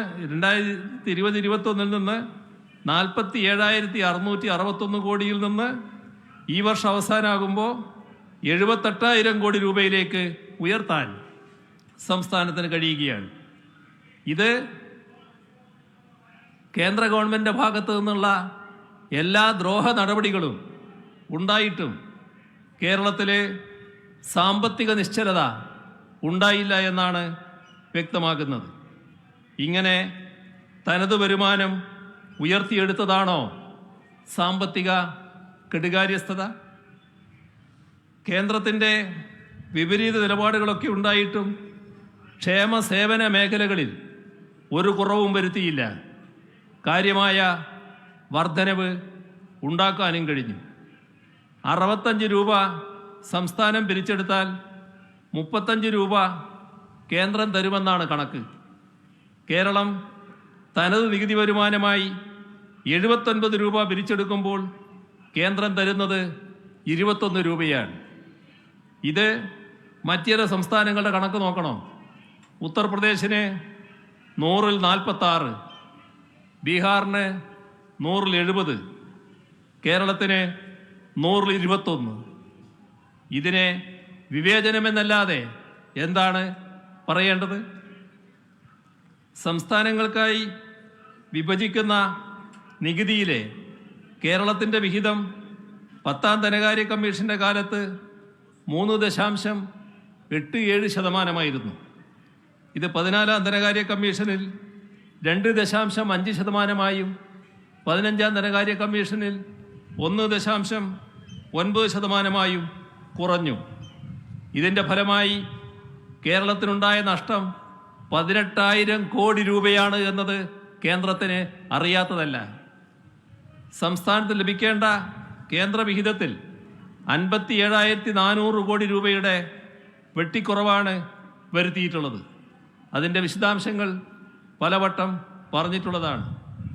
GST നഷ്ടപരിഹാരം നിർത്തലാക്കിയതിനെ തുടർന്ന് 12,000 കോടി, റവന്യൂ ഡെഫിസിറ്റ് ഗ്രാന്റ് ഇനത്തിൽ 8,400 കോടി, നേരത്തെ പറഞ്ഞ കിഫ്ബിയുടെ അതേപോലെ പെൻഷൻ കമ്പനിയുടെ വായ്പകൾ പൊതുകടമായി കണക്കാക്കിയതിലൂടെ കടപരിധിയിൽ വെട്ടിക്കുറവ് വരുത്തിയതിൻ്റെ ഭാഗമായി 7,000 കോടി, പബ്ലിക് അക്കൗണ്ടിലുള്ള പണം പൊതുകടത്തിലേക്ക് ഉൾപ്പെടുത്തിയതിലൂടെ 12,000 കോടി. ഇതാണ് കേരളത്തിൻ്റെ നഷ്ടങ്ങളുടെ മറ്റൊരു പട്ടിക. കേന്ദ്രത്തിൻ്റെ സംസ്ഥാന വിരുദ്ധ നടപടികളുടെ തുടർ പരമ്പര ഉണ്ടായത് ഏത് ഘട്ടത്തിലാണ് എന്നതുകൂടി നാം ഇവിടെ ഓർക്കണം. അഭൂതപൂർവമായ നൂറ്റാണ്ടിലെ മഹാപ്രളയം, നിപ്പ, കോവിഡ് തുടങ്ങിയ മഹാമാരികൾ, ഇവയെല്ലാം കൊണ്ട് കേരളം വലിയ തോതിൽ ദുരന്തത്തിലായ ഘട്ടം. വല്ല വിധേനയും അതിൽ നിന്ന് കരകയറി ഒന്ന് പച്ചപിടിക്കാൻ കേരളം തീവ്ര ശ്രമം നടത്തുമ്പോൾ പ്രത്യേക സഹായത്തിലൂടെ സാധാരണ നിലയിൽ കേന്ദ്രം ആ സംസ്ഥാനത്തെ പിന്തുണയ്ക്കുകയാണ് ചെയ്യേണ്ടത്. എന്നാൽ അതേ ഘട്ടത്തിൽ തന്നെയാണ് ഈ ദ്രോഹ നടപടികളുടെ തുടർച്ച സംസ്ഥാനത്ത് നേരെ ഉണ്ടായത്. എത്ര ക്രൂരമാണിത്! ഇത് ചൂണ്ടിക്കാട്ടുമ്പോൾ രാഷ്ട്രീയ പ്രേരിതം എന്ന് പറയുന്നത് മനുഷ്യത്വമില്ലായ്മ കൊണ്ടാണ് എന്ന് മാത്രമേ പറയാനുള്ളൂ. പ്രതിസന്ധികളുടെ ഘട്ടത്തിലും രാജ്യത്തിന് തന്നെ അഭിമാനകരമായ അനവധി നേട്ടങ്ങൾ കേരളത്തിന് സ്വന്തമാക്കാനായിട്ടുണ്ട്. നീതി ആയോഗിൻ്റെ ദേശീയ മൾട്ടി ഡയമെൻഷൻസ് ദാരിദ്ര്യ സൂചികയിൽ കുറവ് ദാരിദ്ര്യമുള്ള സംസ്ഥാനം. നീതി ആയോഗ് തയ്യാറാക്കിയ സുസ്ഥിര വികസന സൂചികകൾ പ്രകാരം രാജ്യത്ത് ഒന്നാമത്തെ സംസ്ഥാനം. 2021 പബ്ലിക് അഫയേഴ്സ് ഇൻഡെക്സിൽ 1-ാം സ്ഥാനം. കേന്ദ്ര വിദ്യാഭ്യാസ മന്ത്രാലയത്തിൻ്റെ മികവിൻ്റെ സൂചികയിൽ 1-ാം സ്ഥാനം. നീതി ആയോഗിൻ്റെ ആരോഗ്യ സൂചികയിൽ 1-ാം സ്ഥാനം. ഏറ്റവും കൂടുതൽ സൗജന്യ ചികിത്സ നൽകിയ സംസ്ഥാനത്തിനുള്ള കേന്ദ്ര സർക്കാരിൻ്റെ ആരോഗ്യമന്ത്രൻ പുരസ്കാരം. ഇന്ത്യ ടുഡേ നടത്തിയ ഹാപ്പിനെസ് ഇൻഡെക്സ് സർവേയിൽ 1-ാം സ്ഥാനം തുടങ്ങി അസംഖ്യം നേട്ടങ്ങൾ കഴിഞ്ഞ 8 വർഷക്കാലയളവിൽ കേരളത്തിന് സ്വന്തമാക്കാനായി. കൂടുതൽ മികവിലേക്ക് പോകാൻ കേരളത്തെ സാധാരണഗതിയിൽ യൂണിയൻ സർക്കാർ പിന്താങ്ങിയാണ് വേണ്ടത്. എന്നാൽ അതിനു പകരം ഈ മുന്നേറ്റത്തിന് തടസ്സങ്ങൾ സൃഷ്ടിക്കാനാണ് കേന്ദ്ര സർക്കാർ ശ്രമിക്കുന്നത്. ഞങ്ങൾ എല്ലാ മാർഗങ്ങളും നോക്കി. അതെല്ലാം പരാജയപ്പെട്ടപ്പോഴാണ് ഇത്തരമൊരു പ്രതിഷേധ സമരത്തിൻ്റെ മാർഗം ഞങ്ങൾ സ്വീകരിക്കാൻ നിർബന്ധിതമായത്. നഷ്ടങ്ങളും വിവേചനങ്ങളും ചൂണ്ടിക്കാട്ടി കേന്ദ്രത്തിന് പലവട്ടം കത്തുകൾ അയച്ചു, നേരിട്ട് പോയി സംസാരിച്ചു. സമഗ്രമായ ചിത്രം കേന്ദ്ര ധനമന്ത്രിയടക്കം ധരിപ്പിച്ചു. പ്രധാനമന്ത്രിയടക്കം രേഖാമൂലം ബോധ്യപ്പെടുത്താൻ ശ്രമിച്ചു. 1 വർഷത്തിലേറെയായി നിരന്തരമായി എല്ലാ വഴിക്കും ശ്രമിച്ചിട്ടും കേന്ദ്രത്തിൻ്റെ ഭാഗത്തു നിന്ന് ഒരു പ്രതികരണവുമില്ല. ഇത്തരമൊരു സാഹചര്യത്തിൽ മറ്റൊരു വഴിയുമില്ലാതെയാണ് ഇത്തരമൊരു സമരരംഗത്തേക്ക് കേരളം വന്നത്. സംസ്ഥാനങ്ങളുടെ അധികാരങ്ങൾക്ക് മേൽ നടത്തപ്പെടുന്ന കയ്യേറ്റങ്ങളുമായി ബന്ധപ്പെട്ട് സംസ്ഥാനങ്ങളെ ആകെ പൊതുവായി ബാധിക്കുന്ന കാര്യങ്ങൾ അത് നാം ഒന്നിച്ചു നിന്ന് നേരിടേണ്ടതാണ്, കൈകാര്യം ചെയ്യേണ്ടതാണ് എന്ന് തന്നെയാണ് പറയാനുള്ളത്. ഞാൻ വീണ്ടും ചില കാര്യങ്ങൾ മറ്റുള്ളവർക്ക് കൂടി മനസ്സിലാകുന്ന ഭാഷയിലേക്ക് കടക്കുകയാണ്. The union over states mentality is being reflected in how the governors across opposition-ruled states are functioning. Constitutionally, governors are to exercise their duties on the advice of the state cabinets. However, we are seeing this phenomena of governors in opposition-ruled states acting at the behest of the powers that appointed them, that is, the union government. We are gathered here in Delhi, where the union government has intruded extensively into the powers of the state government. As you are aware, this has become subject to severe criticism of the Supreme Court. We are all familiar with the case that was filed by the Delhi state government in the Honorable Supreme Court and the verdict of the Constitution bench. However, within days of that landmark judgment, in which the Honorable Chief Justice opined that a constitutionally entrenched and democratically elected government needs to have control over its administration, the union government introduced an ordinance and subsequently passed a bill in the parliament. It proves to us that the union government will go forward with their authoritarian tendencies to any extent to usurp the rights of the states. We have seen gubernatorial excesses in Punjab, West Bengal, Odisha, Telangana, Tamil Nadu, and so on. In many states, including Kerala, we have seen governors trying to overreach their constitutional mandate by meddling with the autonomy of the legislature. Assent to bills passed by legislative assemblies have been indefinitely delayed. In this context, it is to be noted that the Supreme Court did warn the governors that they were playing with fire. Yet, governors continue to play their political games. Multiple state governments have had to approach the judiciary against such undemocratic high-handedness. Kerala's governor does not have time to spend in Kerala. Mostly he is outside. ഇന്നും ഇവിടെയുണ്ട്. കേരള ഹൗസിൽ ചിലർ ചോദിച്ചു നിങ്ങളെ സമരത്ത് പങ്കെടുക്കാനോ കാണാനോ വന്നതാണ്. If at all he comes to Kerala, he does not have time to read out to the entire governor's address in the assembly. But he has time to sit on the road and create a scene.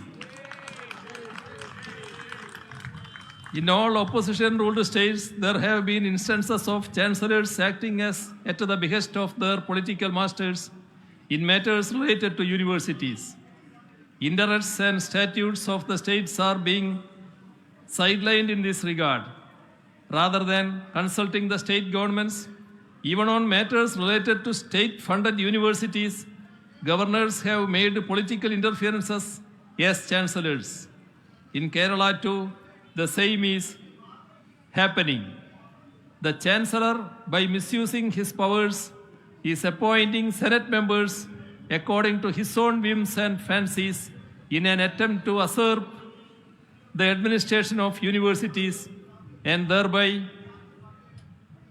even destroying the academic autonomy of our universities. There are some who alleged that this protest in Delhi is politically motivated. In reality, it is that allegation what is politically motivated. This protest is against the denial of what is rightfully ours.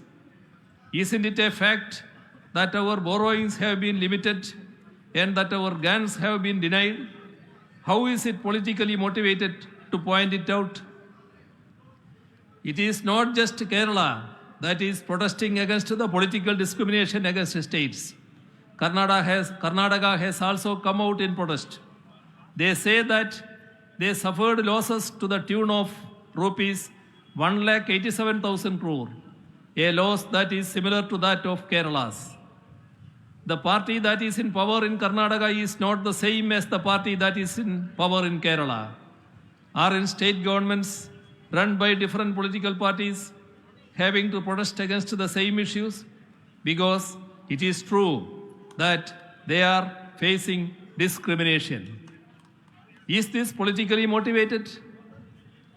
In yesterday's The Hindu newspaper, there is an article written by two independent financial experts. They are not from Kerala. They are from Tamil Nadu. In their article about fiscal federalism, they are proving with the support of authentic data that the union's revenue is spiking while the state's share is plummeting. When they are describing the overall situation of the states in the country, is it politically motivated? When federalism is destroyed, it will cause losses to all the states.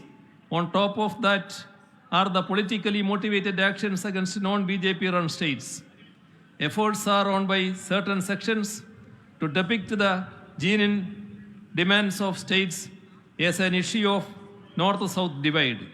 It is totally untrue, unfounded and baseless. Ours is a democratic protest against the undoing of federal structure and the sheer discrimination against the states, irrespective of north-south considerations. However, taking into account the interests of our people and our state, we cannot be quiet. In our attempts to strengthen federalism and cooperative federalism, all these issues need to be addressed in such a way that India flourishes as a union of states instead of nose diving into an autocratic union over states. I hope that today's gathering will go a long way in reaffirming our resolve to strengthen our states and thereby our country. Let us hope that more states and opposition parties will join hands in this democratic struggle. Let me conclude by thanking you all for your presence and by extending greetings to you all once again. Thank you.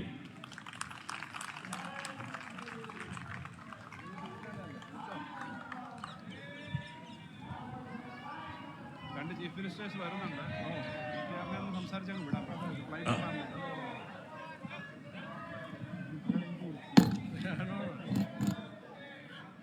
Chief Ministers of Delhi and Punjab, Mr. Kejriwal ji and Mr. Bhagwant Mann, are coming here to express their solidarity for this great agitation.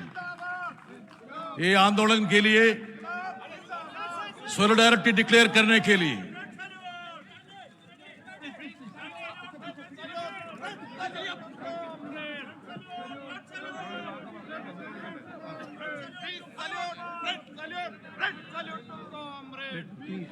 ये ticket चाहिए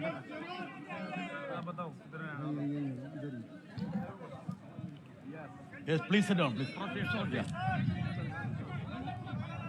It's a historical moment for this agitation in Kerala. Two chief ministers, Delhi Chief Minister Mr. Kejriwal and Punjab Chief Minister Mr. Bhagwant Mann, both of them represent at least 6 crores of people in this country. They have come to declare their solidarity. We also have leader of VCK, Dr. Tiruma Vallavani here, Member of Parliament, Lok Sabha. With the permission of Dr. Farooq Abdullah ji, Kejriwal ji, Bhagwant Mann ji, and other senior leaders, let me now invite Sri Palanivel Tyagarajan, the Minister of IT in Tamil Nadu.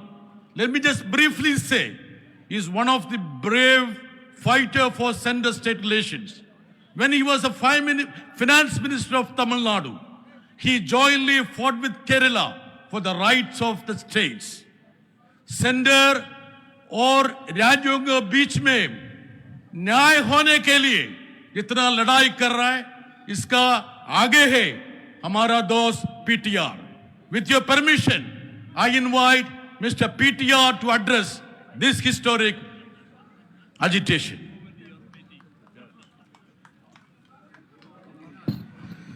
Thank you very much for that kind introduction, John Brittus. Paying my respects to the Honorable Chief Ministers of Kerala, of Delhi, of Punjab, to the many ministers, parliamentarians, legislative members of Kerala, of other states, of our colleagues from Tamil Nadu, members of parliament, and all of the people gathered here. On behalf of our Chief Minister, Thiru M.K. Stalin, I'm happy to be a part of this vital expression of protest against the unfair, unjust, immoral, and ultimately self-destructive deprivation of funds from opposition states at historically unprecedented levels through hitherto unimaginable means. In his DO letter to the Honorable Chief Minister of Kerala, our Chief Minister pointed out 3 or 4 extreme examples. The first is the use of Article 293, subsection B of the Constitution, for the Finance Ministry of the Union Government of India to override the legislative powers of the states who have their own equivalents to the FRBM Acts and are empowered under the Constitution to set their own borrowing limits. However, unelected members of the Finance Ministry of the Union Government override the legislative powers of the state and set borrowing limits using the back door of 293B. Going further, they use unfairly low estimates of the GSDP of our state and therefore set a limit as 3% or 3.5% of a much lower GSDP than those actually realized. Further, they force us to take any debts incurred in the public sector undertakings like the Electricity Board onto our state financing limit. And finally, he pointed out that schemes like the Chennai Metro, where the Government of India should have infused its share of equity and therefore removed those borrowings from our borrowing limit, they have refused to do so for many years and forced those borrowings onto our balance sheet and therefore affect our overall borrowing capacity. The Chief Minister has already pointed out the many ways in which we are deprived of our share of funding, primarily starting with the excessive use of surcharges and cesses, where the government of India does not share those revenues with the states and instead, at its own discretion, in its own schemes, decides how those should be distributed. At one time, Tamil Nadu used to get about 70% of its revenues from the union as share of taxes and 30% under central schemes. Right now, we get less than half our revenues from share of taxes and the other half from central schemes. And those schemes are grossly biased against states like Tamil Nadu. Whenever we ask for any support, there is always a response of silence. When we ask for our airports to be declared international airports, they don't do it, and they open airports in BJP states. When we ask for AIIMS or NIPER to be funded as announced in the union budget, they don't do it and leave them as mere announcements. When we ask for relief from historic floods, they don't allocate 1 rupee and show no compassion at all. In fact, if you look at the way they fund the schemes, as the Honorable Chief Minister pointed out, when they start at 80-20 union to state. In 2 years, it's 20-80, 20% their money, 80% our money. Yet, we are told we have to brand them as union schemes, we have to use the Prime Minister's name, we have to use the Prime Minister's image, otherwise we will not even get that 20% of the funding. With the way that we are going towards direct benefit transfers, it will not be too long before most people will not see the image of Mahatma Gandhi on the rupee notes, and instead will only be required to see the image of the Prime Minister on the identity of the scheme. These kinds of biases have been aggravated and exacerbated by the nature of GST. Many say that it is an example of federalism. I'll say the good news. The Union Finance Minister, whenever she chairs these meetings, is unfailingly courteous and allows everybody to speak. But that's about as far as federalism goes.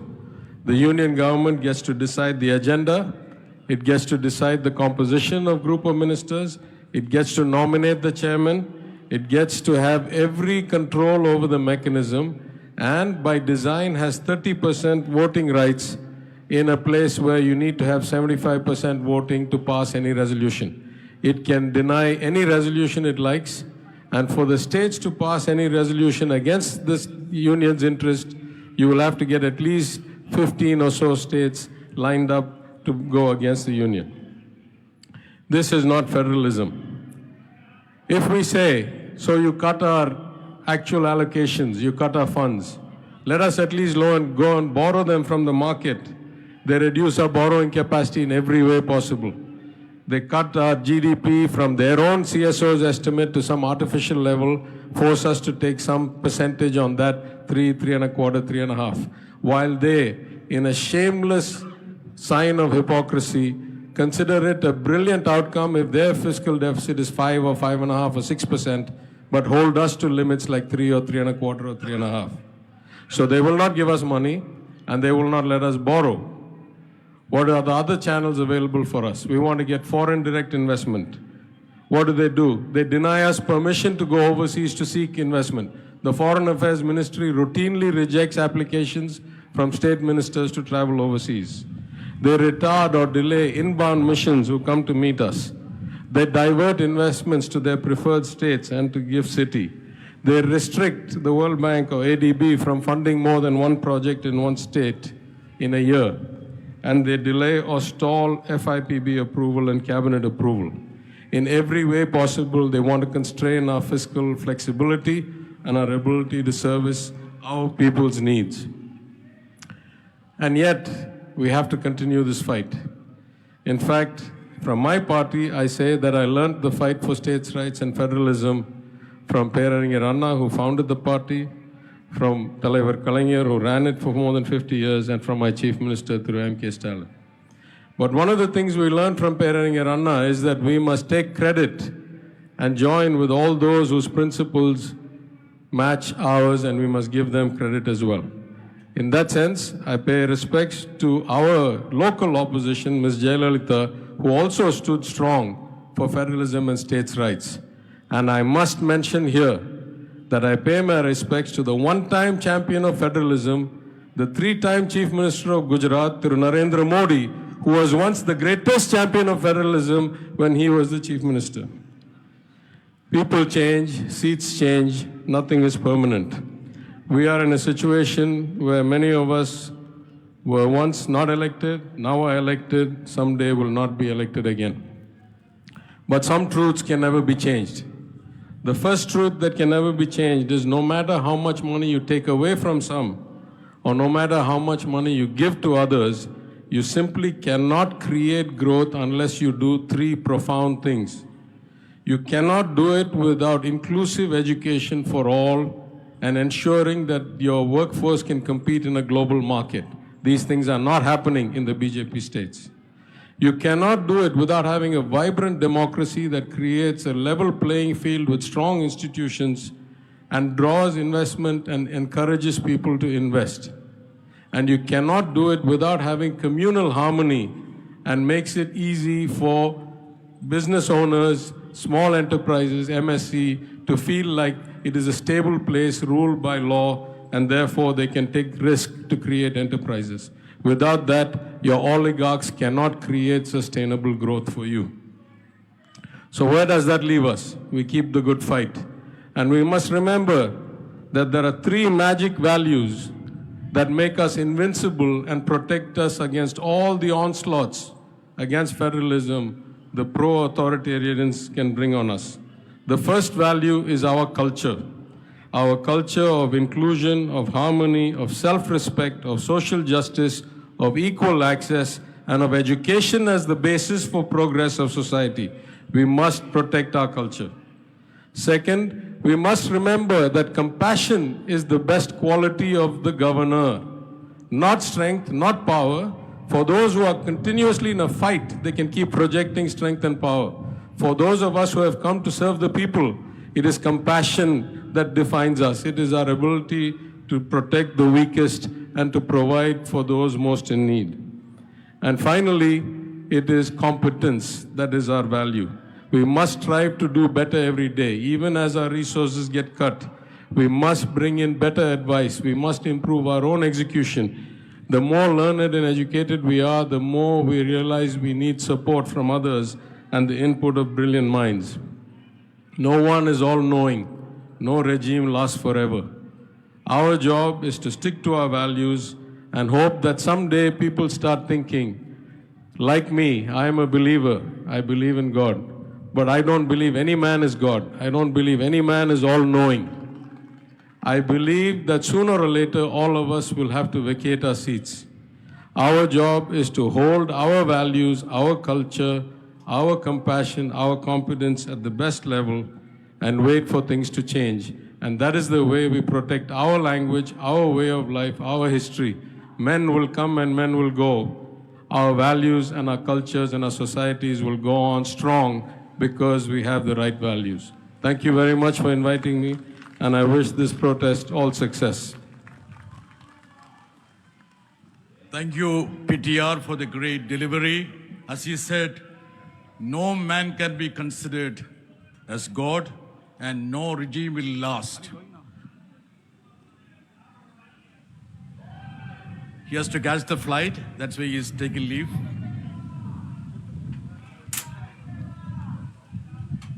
Let me cordially welcome Shri Tiruchu Shiva, Shri Abdullah, Shri Nadarajan, and Su Venkatesh, MPs from Tamil Nadu. Tiruchu Shiva is the leader of the DMK. And also Shri Girirajan, Member of Parliament of DMK in Rajya Sabha. One of the stalwarts of the national politics who needs no introduction, senior-most politicians. Dr. Farooq Abdullah has been a champion of center-state relations. He has bought the brand of the High Handedness. Thank you. Honorable Chief Ministers of Kerala, Delhi, Punjab, and all the leaders of the country. Thank you very much, sir, for inviting me to this meeting. India cannot become strong unless states are strong. If states are weak, there is no way you can call India becoming a great power in some years. As a doctor, I can tell you, if any part of your body gives way, you no longer are the same person. The same is the question of states. If any state remains behind, India cannot say that we are going to be mighty in some years and we will beat in the next 5 years, we'll be the strongest in the world in every sense. It's not going to happen. It's only talk. What we need to do in the opposition is to really unite, to fight the forces who are dividing us in every way. Otherwise, India is from Jammu and Kashmir to right down to Tamil Nadu, from Maharashtra all the way to Tripura. That is what India is. Multiple languages, multiple religions, multiple cultures. That is what makes India beautiful. If there was one, it's like a garden. If there was only one flower, that garden would never be beautiful.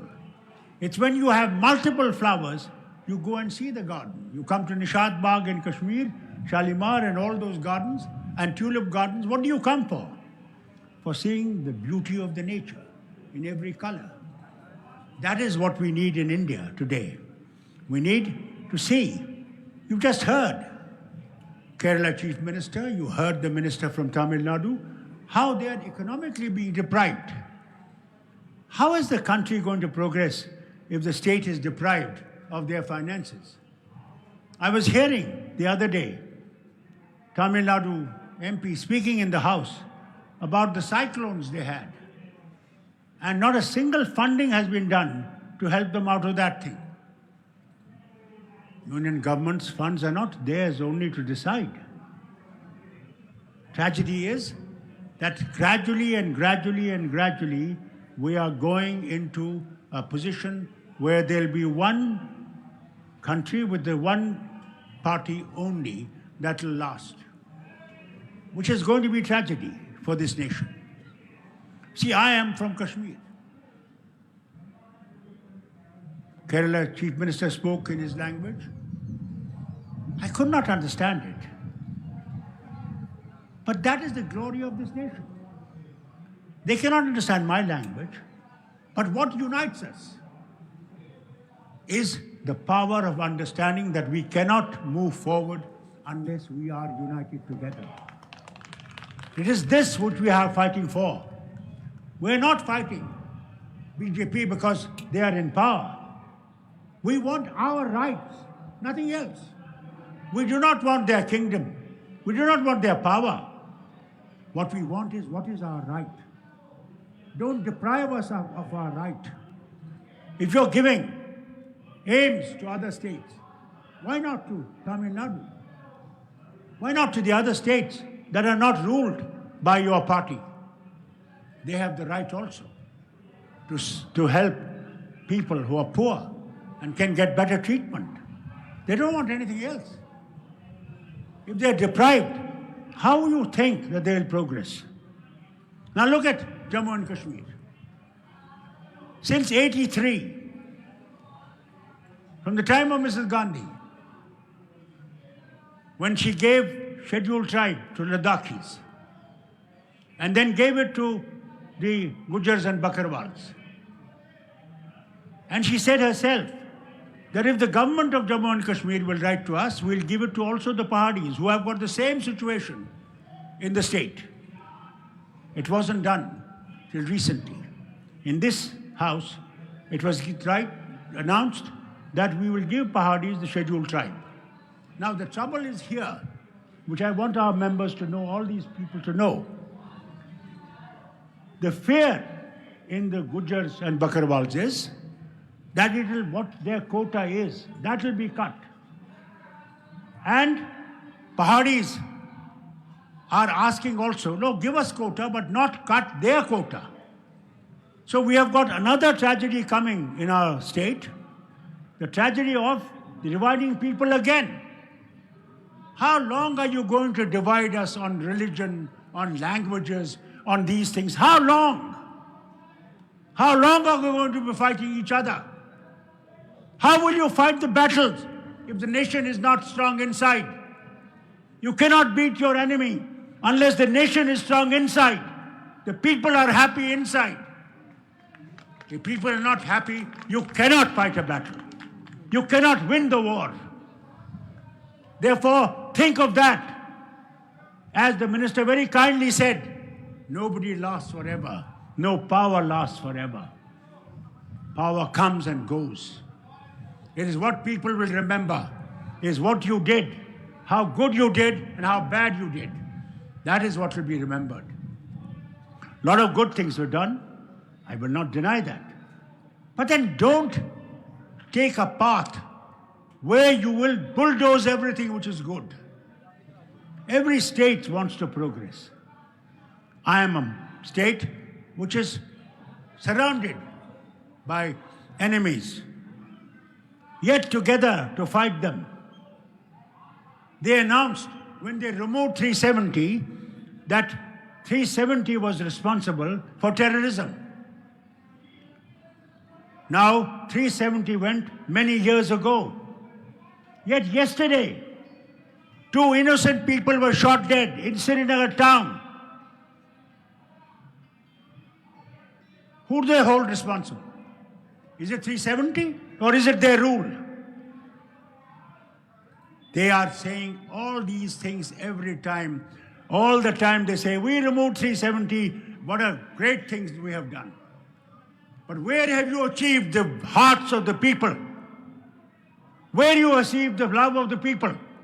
You deny us election. For the last 5 years you have denied us what is our right by the Constitution of India.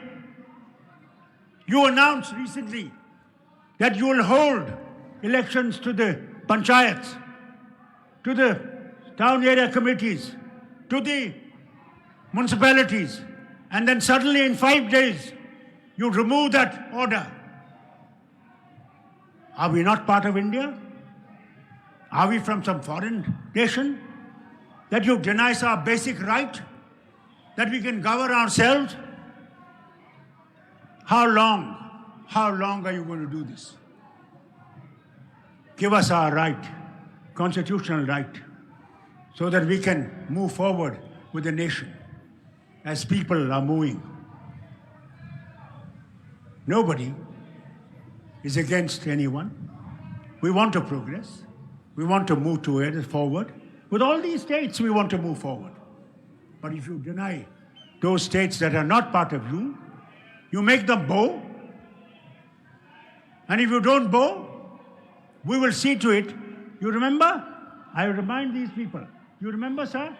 When the Home Minister in Karnataka, before the election, he said, if you don't vote for us, we will see to it that we will cut your finance. Do you remember? It's exactly what is happening. How long are you going to deny people their right? Do you want a strong India or do you want a weak India? Decide. If you want a strong India, then for God's sake, don't consider opposition as enemies. Consider opposition as friends of the nation.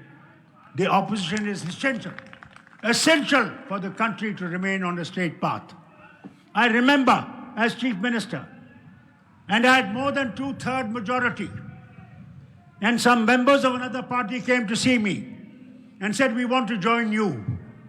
I said, for God's sake, don't join us. Remain there, because if we go wrong, you will tell us where we are wrong. If we are that brute majority and nobody says that you are wrong, then you cannot guide people to the right direction. Today, Prime Minister himself announces that opposition is important. Then for God's sake, let opposition live. In the Parliament, you're not able to speak. Parliament is not meant only for one-sided thing. Parliament is meant to discuss. debate and achieve something which is good for the nation. None of us who sit in the parliament want India to fail. We all want India to be strong in every way. But that cannot be done unless you allow opposition to exist, to survive, and to progress. To Kerala Chief Minister, I'll say thank you, sir, for calling this meeting so that nation can realize where we stand. We're not enemies of the nation. We are friends of the nation. We want nation to survive and nation to grow. We want to rise to such heights that no nation has ever risen. But for God's sake, treat us that way. That is all we want. We want you to treat us as friends of the nation. God bless this nation. May this nation progress. And may this communal harmony continue to stand. I'm a Muslim. I'm proud to be a Muslim, and I'm proud to be an Indian Muslim. This is what we want.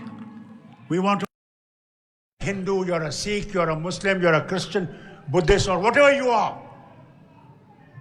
We all want to live together in harmony, in understanding. My own religion tells me, don't oppose that fellow's God. For if you oppose his God, and he says something about your God, will you bear it? Will you tolerate it? That is what my religion tells me. I love every religion because every religion teaches you good things.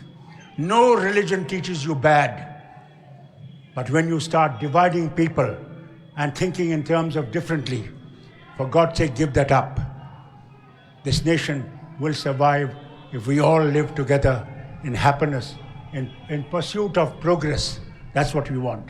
Thank you, Chief Minister Sahab, for calling me, and God bless your movement, and may you all succeed in teaching this India towards better future. Important is unity, unity of purpose.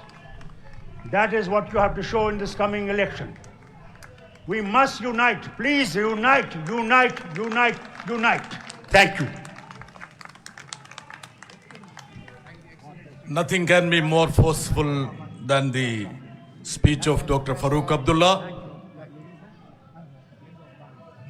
It's the expression of solidarity from one corner of the country to the another corner, from J&K to Kerala. Thank you, Dr. Farooq Abdullah. It's my privilege to invite none other than one of the bravest, valiant fighters of federalism, who has been bearing the brunt of the onslaught of the center, who is being chased by the center agencies just for standing against the atrocities and oppression of the union government. Delhi government has been always supportive of Kerala. And let me invite the brave son of federalism, Shri Kejriwal, to address this gathering.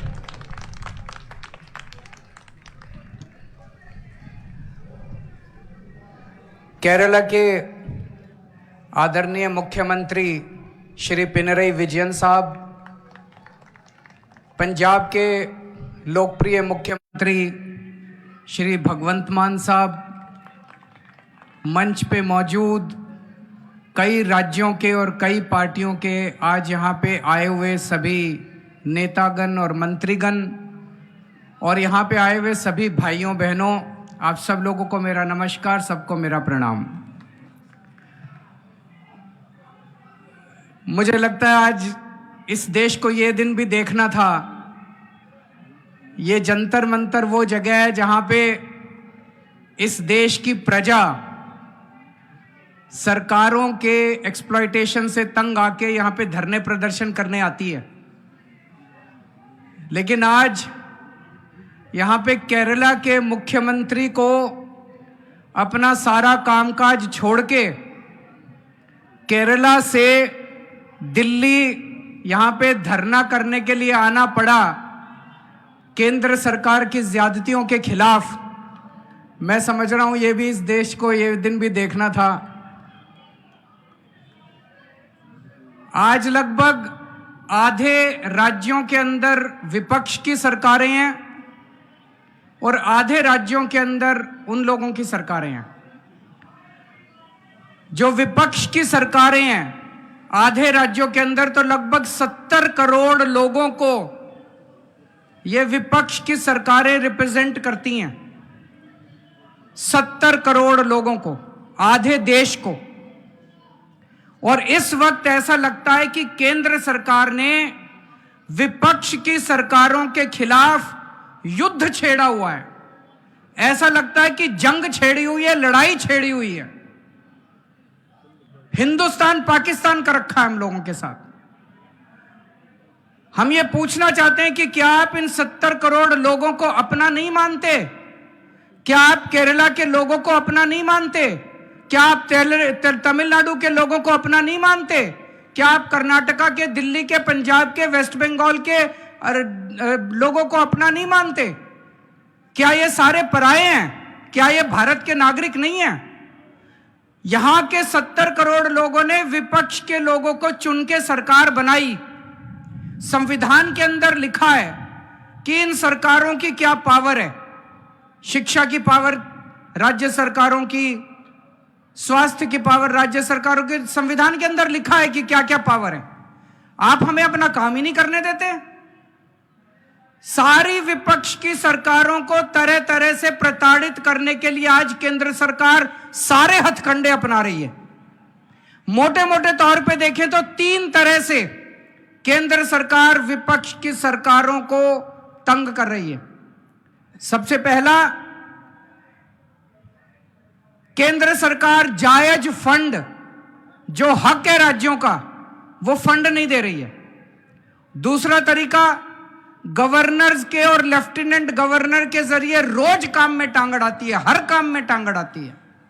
और तीसरा तरीका, agencies को छोड़ के जिसको मर्जी पकड़ के जेल में डाले जा रहे हैं, जिसको मर्जी पकड़ के जेल में डाले जा रहे हैं। सबसे पहले मैं पहले तरीके पे आता हूं। यहां पे पिनरई विजयन साहब बैठे हैं, पंजाब के मुख्यमंत्री बैठे हैं, मैं दिल्ली का मुख्यमंत्री और कई सारे राज्यों के मंत्रीगण आए हुए हैं। हम सारे रोज इस बात को झेल रहे हैं कि जो जायज फंड उस राज्य के बनते हैं वो फंड हमें नहीं दिए जा रहे। अगर केरला के लोगों को उनके हक के फंड नहीं दिए जाएंगे तो काम कैसे चलेगा? सरकार कैसे चलेगी?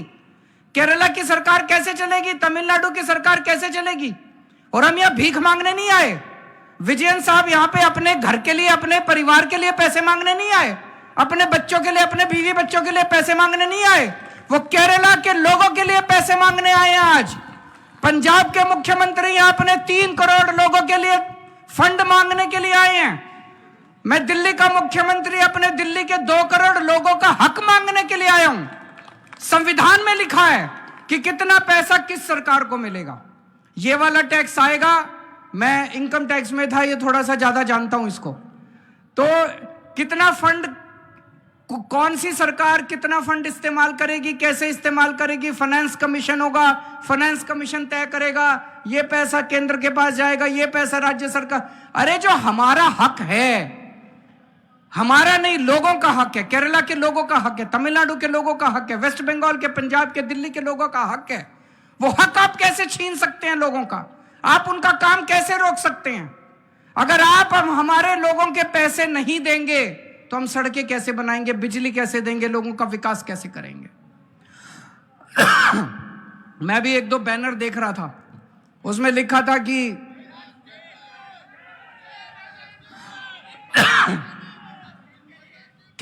केरला के 8400 करोड़ रुपए रोके हुए हैं। और मान साहब से मैं थोड़े दिन पहले बात कर रहा था, पंजाब के भी 8000 करोड़ से ज्यादा फंड रोके हुए हैं। अब एक एक फंड, अभी पंजाब सरकार थोड़े दिन पहले सुप्रीम कोर्ट में गई कि हमारा पैसा रिलीज नहीं कर रहे। आरडीएफ का पैसा, आरडीएफ लगभग 4-5 हजार करोड़ बनता है, 5500 करोड़ रुपया आरडीएफ का, रूरल डेवलपमेंट फंड का पैसा इस्तेमाल रिलीज नहीं कर रहे। केरल भी गया, सुप्रीम कोर्ट की हेयरिंग अब अगले हफ्ते फिक्स हुई है और तुरंत केंद्र सरकार से फोन आ गया, आइए बैठ के बात करते हैं। तो हम छोटी छोटी बातों के लिए सुप्रीम कोर्ट जाएंगे क्या? ये क्या बदतमीजी है? आप अपना काम क्यों नहीं करते? हम हर चीज के लिए सुप्रीम कोर्ट के पास और भी तो बहुत काम है। सुप्रीम कोर्ट भरा हुआ है केसेस से, जनता के केसेस से। हम अपने फंड लेने के लिए भी, हमें फंड लेने के लिए जंतर मंतर पे आके बैठना पड़ेगा। आप लोगों को जान के ताज्जुब होगा, दिल्ली के लोग मिलके साल में 2 लाख करोड़ रुपए का इनकम टैक्स देते हैं, 2 लाख करोड़। और उस 2 लाख करोड़ में से बदले में दिल्ली के लिए हमें कितना पैसा मिलता है, गेस कर सकते हैं आप लोग? 2 लाख करोड़ रुपए हम केंद्र सरकार को देते हैं दिल्ली के लोग मिलके इनकम टैक्स में, और उस 2 लाख करोड़ में से दिल्ली के लोगों को एक साल में 325 करोड़ रुपए मिलते हैं। इतना तो अंग्रेजों ने भी नहीं लूटा होगा 100 साल में जितना ये लोग लूट रहे हैं। ये तो हद हो गई है। तो कपिल सिब्बल साहब का स्वागत है। दूसरी चीज, गवर्नर्स और लेफ्टिनेंट गवर्नर्स के जरिए ये जिस तरह से सरकारों को तंग कर रहे हैं, संविधान के अंदर साफ साफ लिखा है कि ये हमारे सब्जेक्ट्स हैं। उन सब्जेक्ट्स के अंदर भी रोज गवर्नर हर राज्य के अंदर टांग अड़ा रहे हैं। सबसे इंटरेस्टिंग तो अभी पंजाब के अंदर हुआ। पिछले साल पंजाब सरकार ने बजट सेशन, अपनी असेंबली का बजट सेशन कॉल करने के लिए गवर्नर के पास फाइल भेजी। गवर्नर ने बजट सेशन करने की परमिशन नहीं दी। सोचिए, एक चुनी हुई सरकार, फुल स्टेट, उसका मुख्यमंत्री, उसकी कैबिनेट प्रस्ताव पारित करके कहती है कि हम फलानी तारीख से बजट सेशन बुलाएंगे और उसमें राज्य का अगले साल का बजट पास करेंगे। गवर्नर ने बजट सेशन की भी परमिशन नहीं दी। अल्टीमेटली सुप्रीम कोर्ट जाना पड़ा। सुप्रीम कोर्ट ने गवर्नर को खूब लताड़ा। लेकिन प्रॉब्लम यह है कि इनको लताड़ का, गाली गलौज का, इनको सुप्रीम कोर्ट रोज लताड़ता है इन लोगों को, इनको कोई फर्क ही नहीं पड़ता।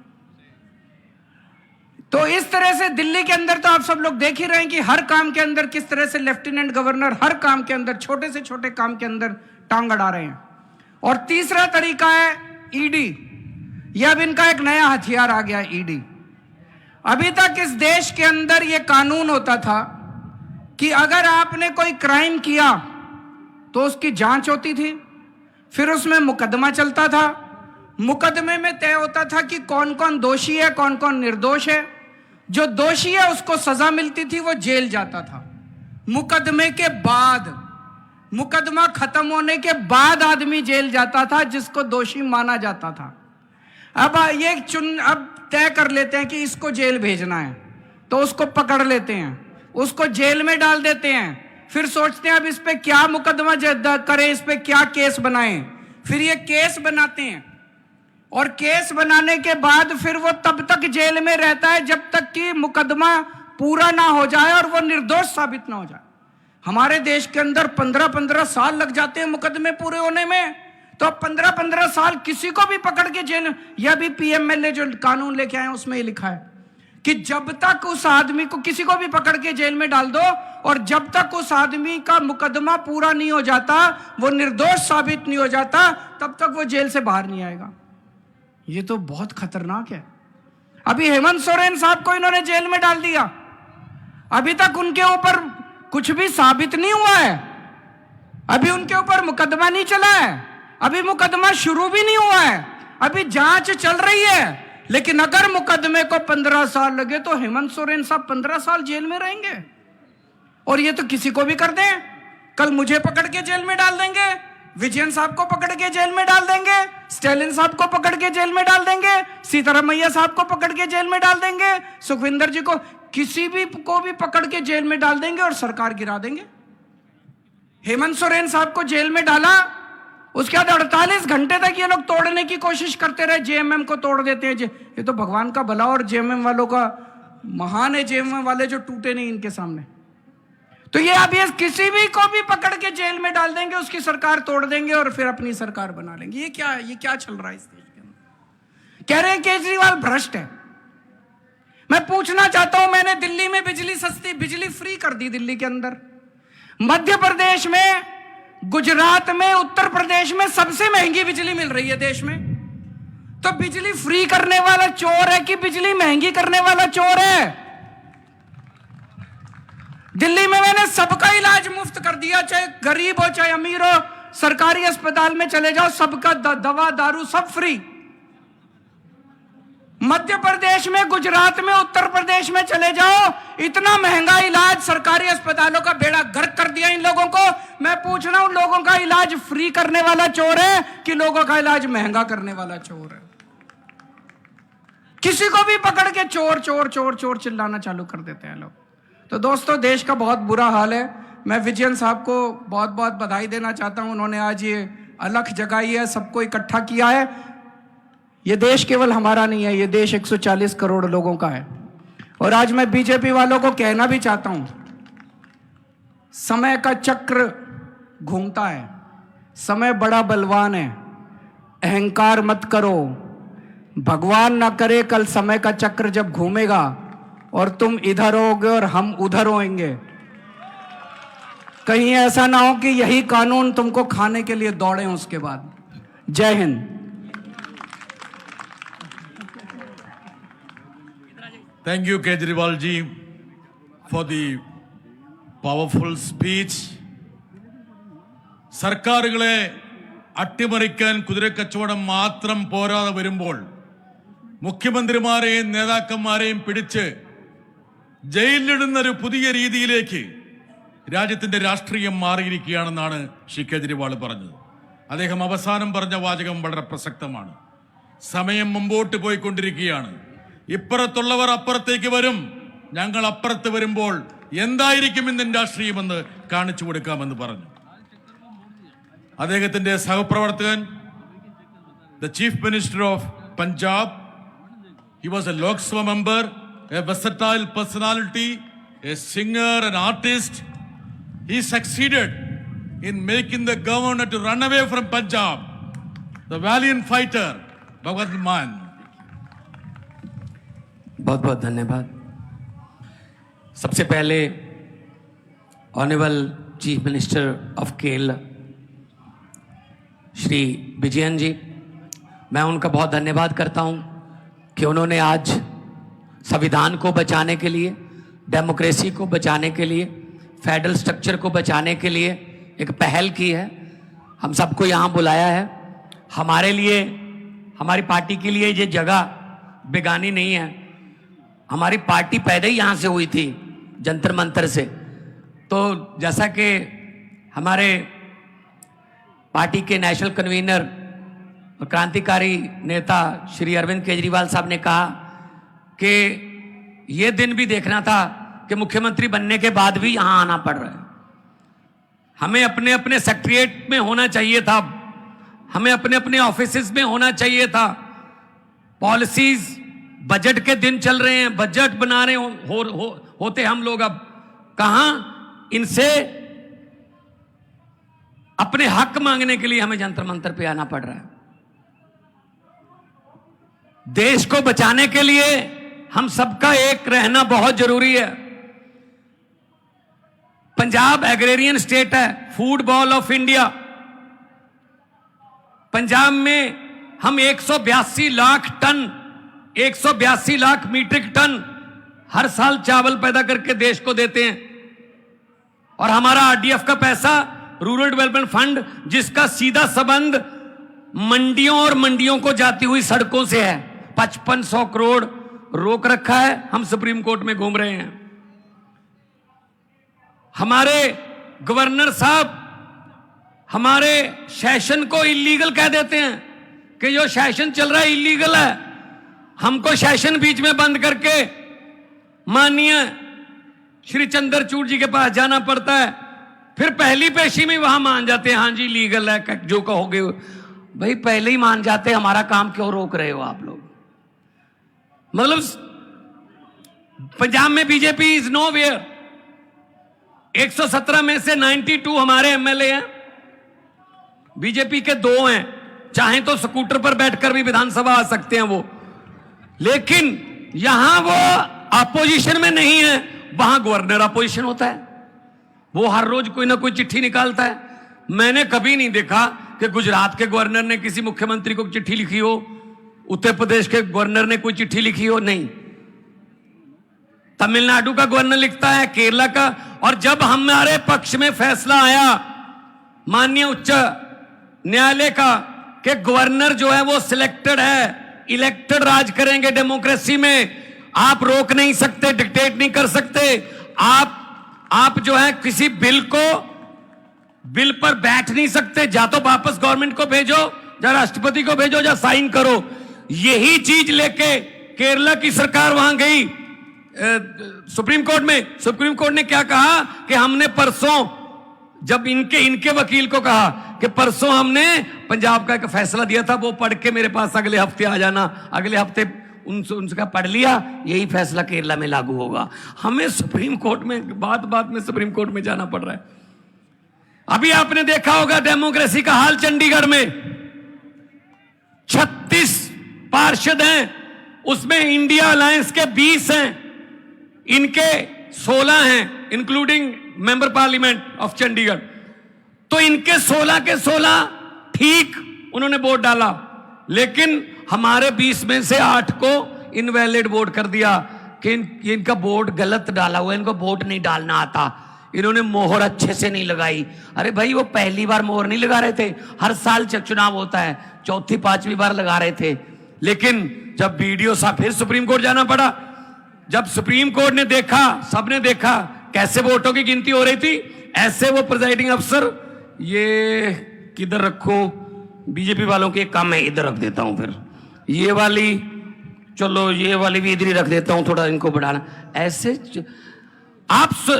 मीडिया खड़ा है, ये बात ध्यान से सुन लेना और टेलीकास्ट कर देना अगर आपके मालिक माने तो। 36 वोट गिनने में 8 वोट कैंसिल कर दिए, ऑलमोस्ट 25% वोटों का घोटाला हो गया। मात्र 36 वोट गिनने में 25% वोटों का घोटाला कर गए। अभी मई जून में 90 करोड़ वोट गिनने हैं, चिंता इस बात की है उसमें क्या करेंगे ये। 36 वोट नहीं गिन रहे। एक 10 बाई 10 किलोमीटर का शहर है चंडीगढ़, वो हार नहीं सकते, बर्दाश्त नहीं होती हार। लेकिन पूरे देश में क्या होगा, चिंता इस बात की है। तो पंजाब अपने हक मांग रहा है, किसानों को एमएसपी का वादा करके, जब किसान आए यहां पर, पूरी दुनिया में उसकी चर्चा हुई, बड़ा आंदोलन था, पूरे देश से किसान आए, तो क्या कहा, एक दिन अचानक से प्रकट होके, एक साल बैठे रहे, 750 किसान उनकी मौत हो गई, और एक दिन अचानक से साल बाद प्रकट होके साहब बोल रहे हैं मेरी तपस्या में कोई कमी रह गई होगी, मैं ये कानून वापस लेता हूं। जी 2-2.5 साल हो गए, अब तो तपस्या पूरी हो गई, अब तो वो बातें मान लो जो कहने आए थे, वो फिर दोबारा आने के बारे में सोच रहे हैं किसान। किसी को भी ये ऐसे निकाल के फेंक दो, किसी के भी फंड रोक दो, और कुछ फंड ऐसे हैं जिसमें कहते हैं मोदी की फोटो लगाओ तो हम देंगे। मैंने कहा यार ये क्या, मतलब क्या है ये, मजाक है, फोटो लगाओ। मैंने कहा कितनी देर लगेगी फोटो, अगर मई में बदल गई तो फोटो किसकी लगाओगे फिर। और देखो ये कितना नफरत करते हैं। पंजाब कुर्बानियों का स्टेट है, 90% कुर्बानियां देश की आजादी के लिए पंजाबियों की हैं। आज भी हमारा कोई गांव नहीं होगा पंजाब का, 13,500 गांव हैं, एक भी गांव नहीं होगा जहां किसी न किसी शहीद का बुत ना लगा हो, कोई उसकी याद में गेट ना बना हो, चाहे वो कारगिल की लड़ाई का हो, चाहे आजादी की लड़ाई का, चाहे 65 का, चाहे 71 का, चाहे 62 का, कोई ना कोई शहीद है। और हर तीसरे गांव में कोई ना कोई गुरु चरण, उनके चरण शो प्राप्त धरती है। और पंजाबी वतन प्रस्त हैं, देश के लिए लड़े, और ये क्या कर रहे हैं, सिला क्या दे रहे हैं। हमने 3 झांकियां 26 जनवरी की परेड के लिए दी। एक में भगत सिंह, देश की कुर्बानी, पंजाब की कुर्बानियों का इतिहास, उसका टाइटल था।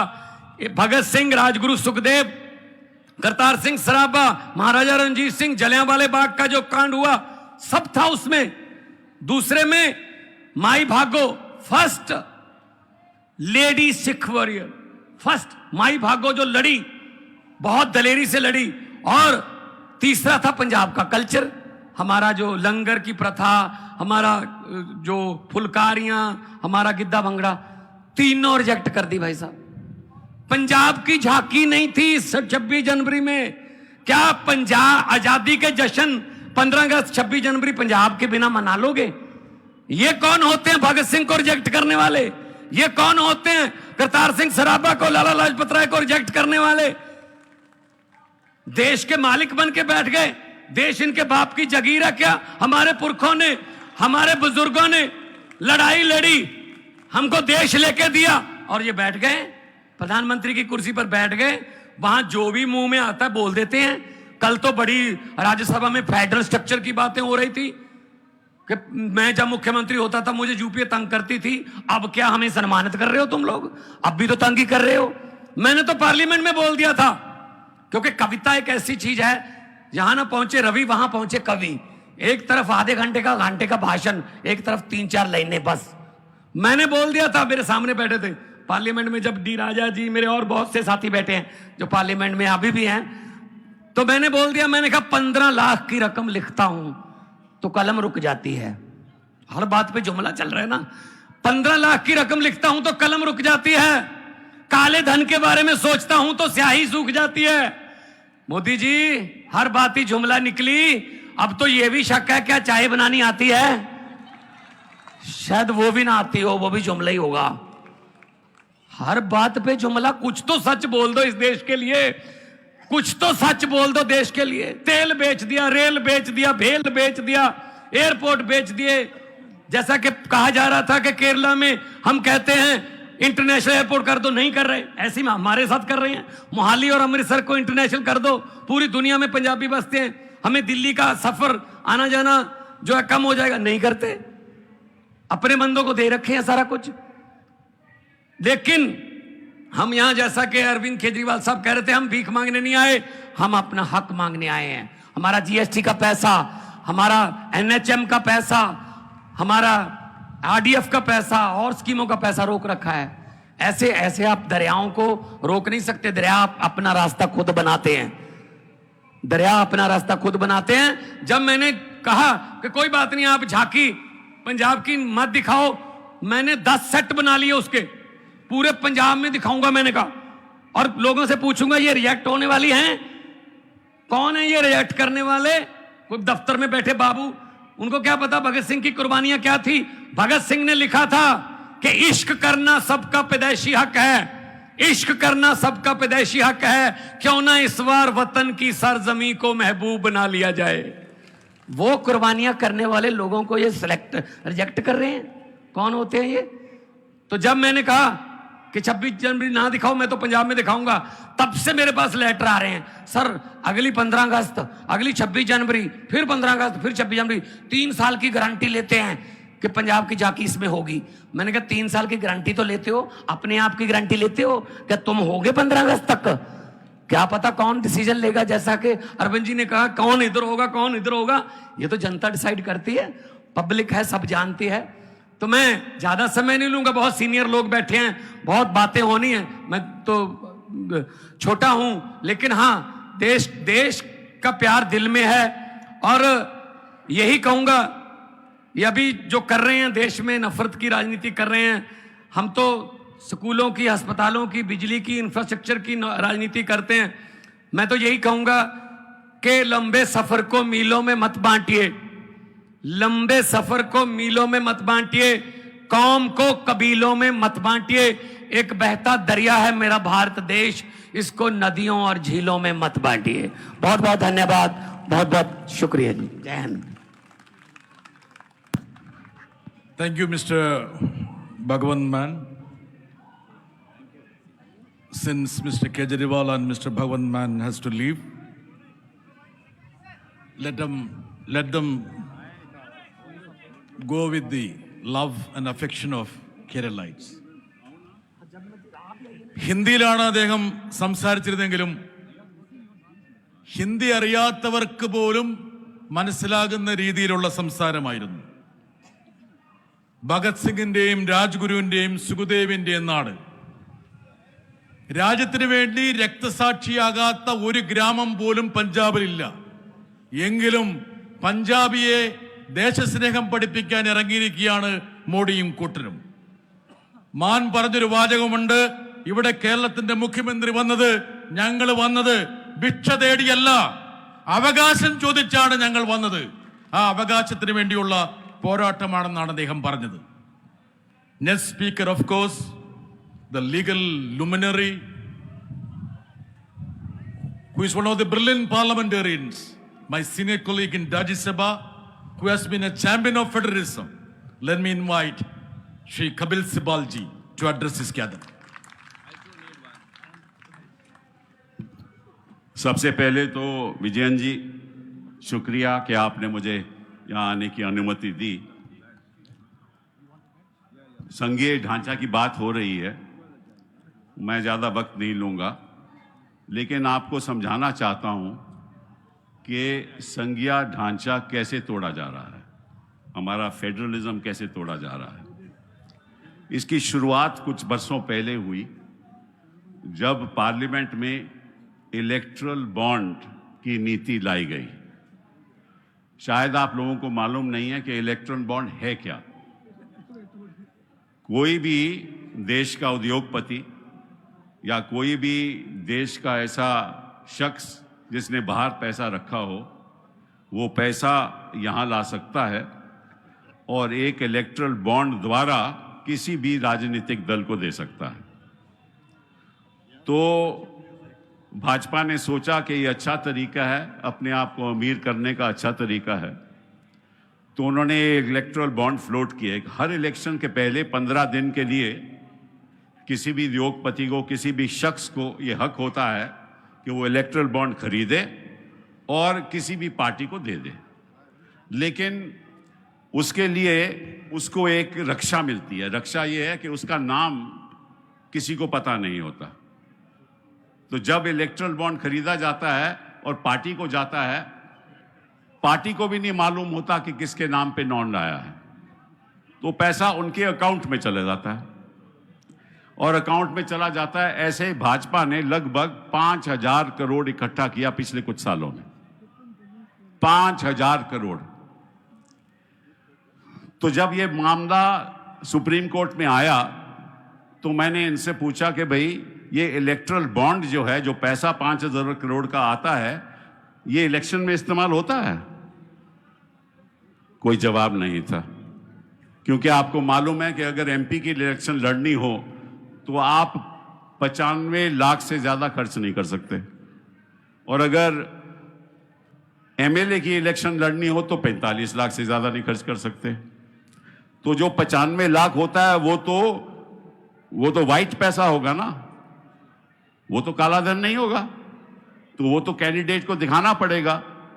तो ये जो 5 लाख करोड़ इकट्ठा किया इन्होंने, ये इलेक्शन के लिए नहीं इकट्ठा किया, और ना कि इसकी जिम्मेदारी है कि दिखाएं इलेक्शन कमीशन को कि हमने फंड इलेक्शन में खर्चा, तो ये तो इनकी संपत्ति में चले गया। फिर उसके बाद क्या हुआ, जब सरकारें गिरानी होती हैं ना, तो ये फंड वहां इस्तेमाल होता है, ये फंड वहां इस्तेमाल होता है। आप महाराष्ट्र में सरकार गिरा दो, कैसे गिराओगे? जब तक कोई किसी को फायदा ना हो, वो कैसे गिरेगी सरकार? और अगर आप कहीं और सरकार, मतलब इन्होंने 6-7 सरकारें ऐसे गिरा दी। विश्व में कैसा कोई ऐसा देश नहीं है जहां गिनी चुनी सरकारें जो जनता ने भेजी हो उसको गिरा दिया जाए, क्योंकि आप डिफेक्शन के द्वारा पैसे देके आप सरकार गिरा दो। कोई उदाहरण है दुनिया में? कोई उदाहरण नहीं है। फिर इन्होंने 5,000 करोड़ से क्या किया, सारे अपने आरएसएस के दफ्तर बनवा दिए। सारे आरएसएस के दफ्तर इस 5,000 करोड़ से बने हैं। आगे क्या किया, अपने दफ्तर बना लिए, जमीनें खरीद ली, जमीनें अपने हक में कर ली, और सारा हिंदुस्तान का जो इनका बीजेपी के नेटवर्क है ना, इंटरनेट नेटवर्क है, ये 5,000 करोड़ से आया है। तो आप किसी भी पार्टी को 5,000 करोड़ मिल जाए, वो कुछ भी कर सकता है उसके साथ। तो पहली बात तो ये कि इन्होंने ये 5,000 करोड़ इकट्ठा करके सरकारें गिराई और अपना एक नेटवर्क बनाया और अपने लोगों को फायदा दिया। और 5,000 करोड़ आता कहां से है? आपको मालूम है जिनको फायदा होता है उन्हीं से आता है। आपको मालूम है किन किन को फायदा होता है, वहीं से आता है ये, और किसी को मालूम नहीं। हम अगर पूछें कि भैया किसने पैसा दिया, कोई जवाब नहीं, क्योंकि इनका हक है, कानून में लिखा है कि अगर जिसने भी पैसा दिया उसका नाम किसी को बताया नहीं जाएगा। लेकिन इनको मालूम है वो नाम, क्योंकि वो नाम तो फाइनेंस मिनिस्ट्री में होता है। तो अगर कोई नहीं देगा तो उनके खिलाफ ईडी हो जाएगी, देगा तो ईडी नहीं जाएगी। तो पहली बात तो ये, इलेक्टोरल बॉन्ड द्वारा इन्होंने अपने पक्ष में पैसा इकट्ठा कर लिया। फिर इन्होंने ईडी का कानून बना लिया। कानून लोग कहते हैं कि कांग्रेस ने बनाया, कांग्रेस ने नहीं बनाया। यह कानून 2002 का कानून है, वाजपेयी जी की सरकार से बना। चलिए, इन्होंने अब ईडी के साथ ये क्या करते हैं।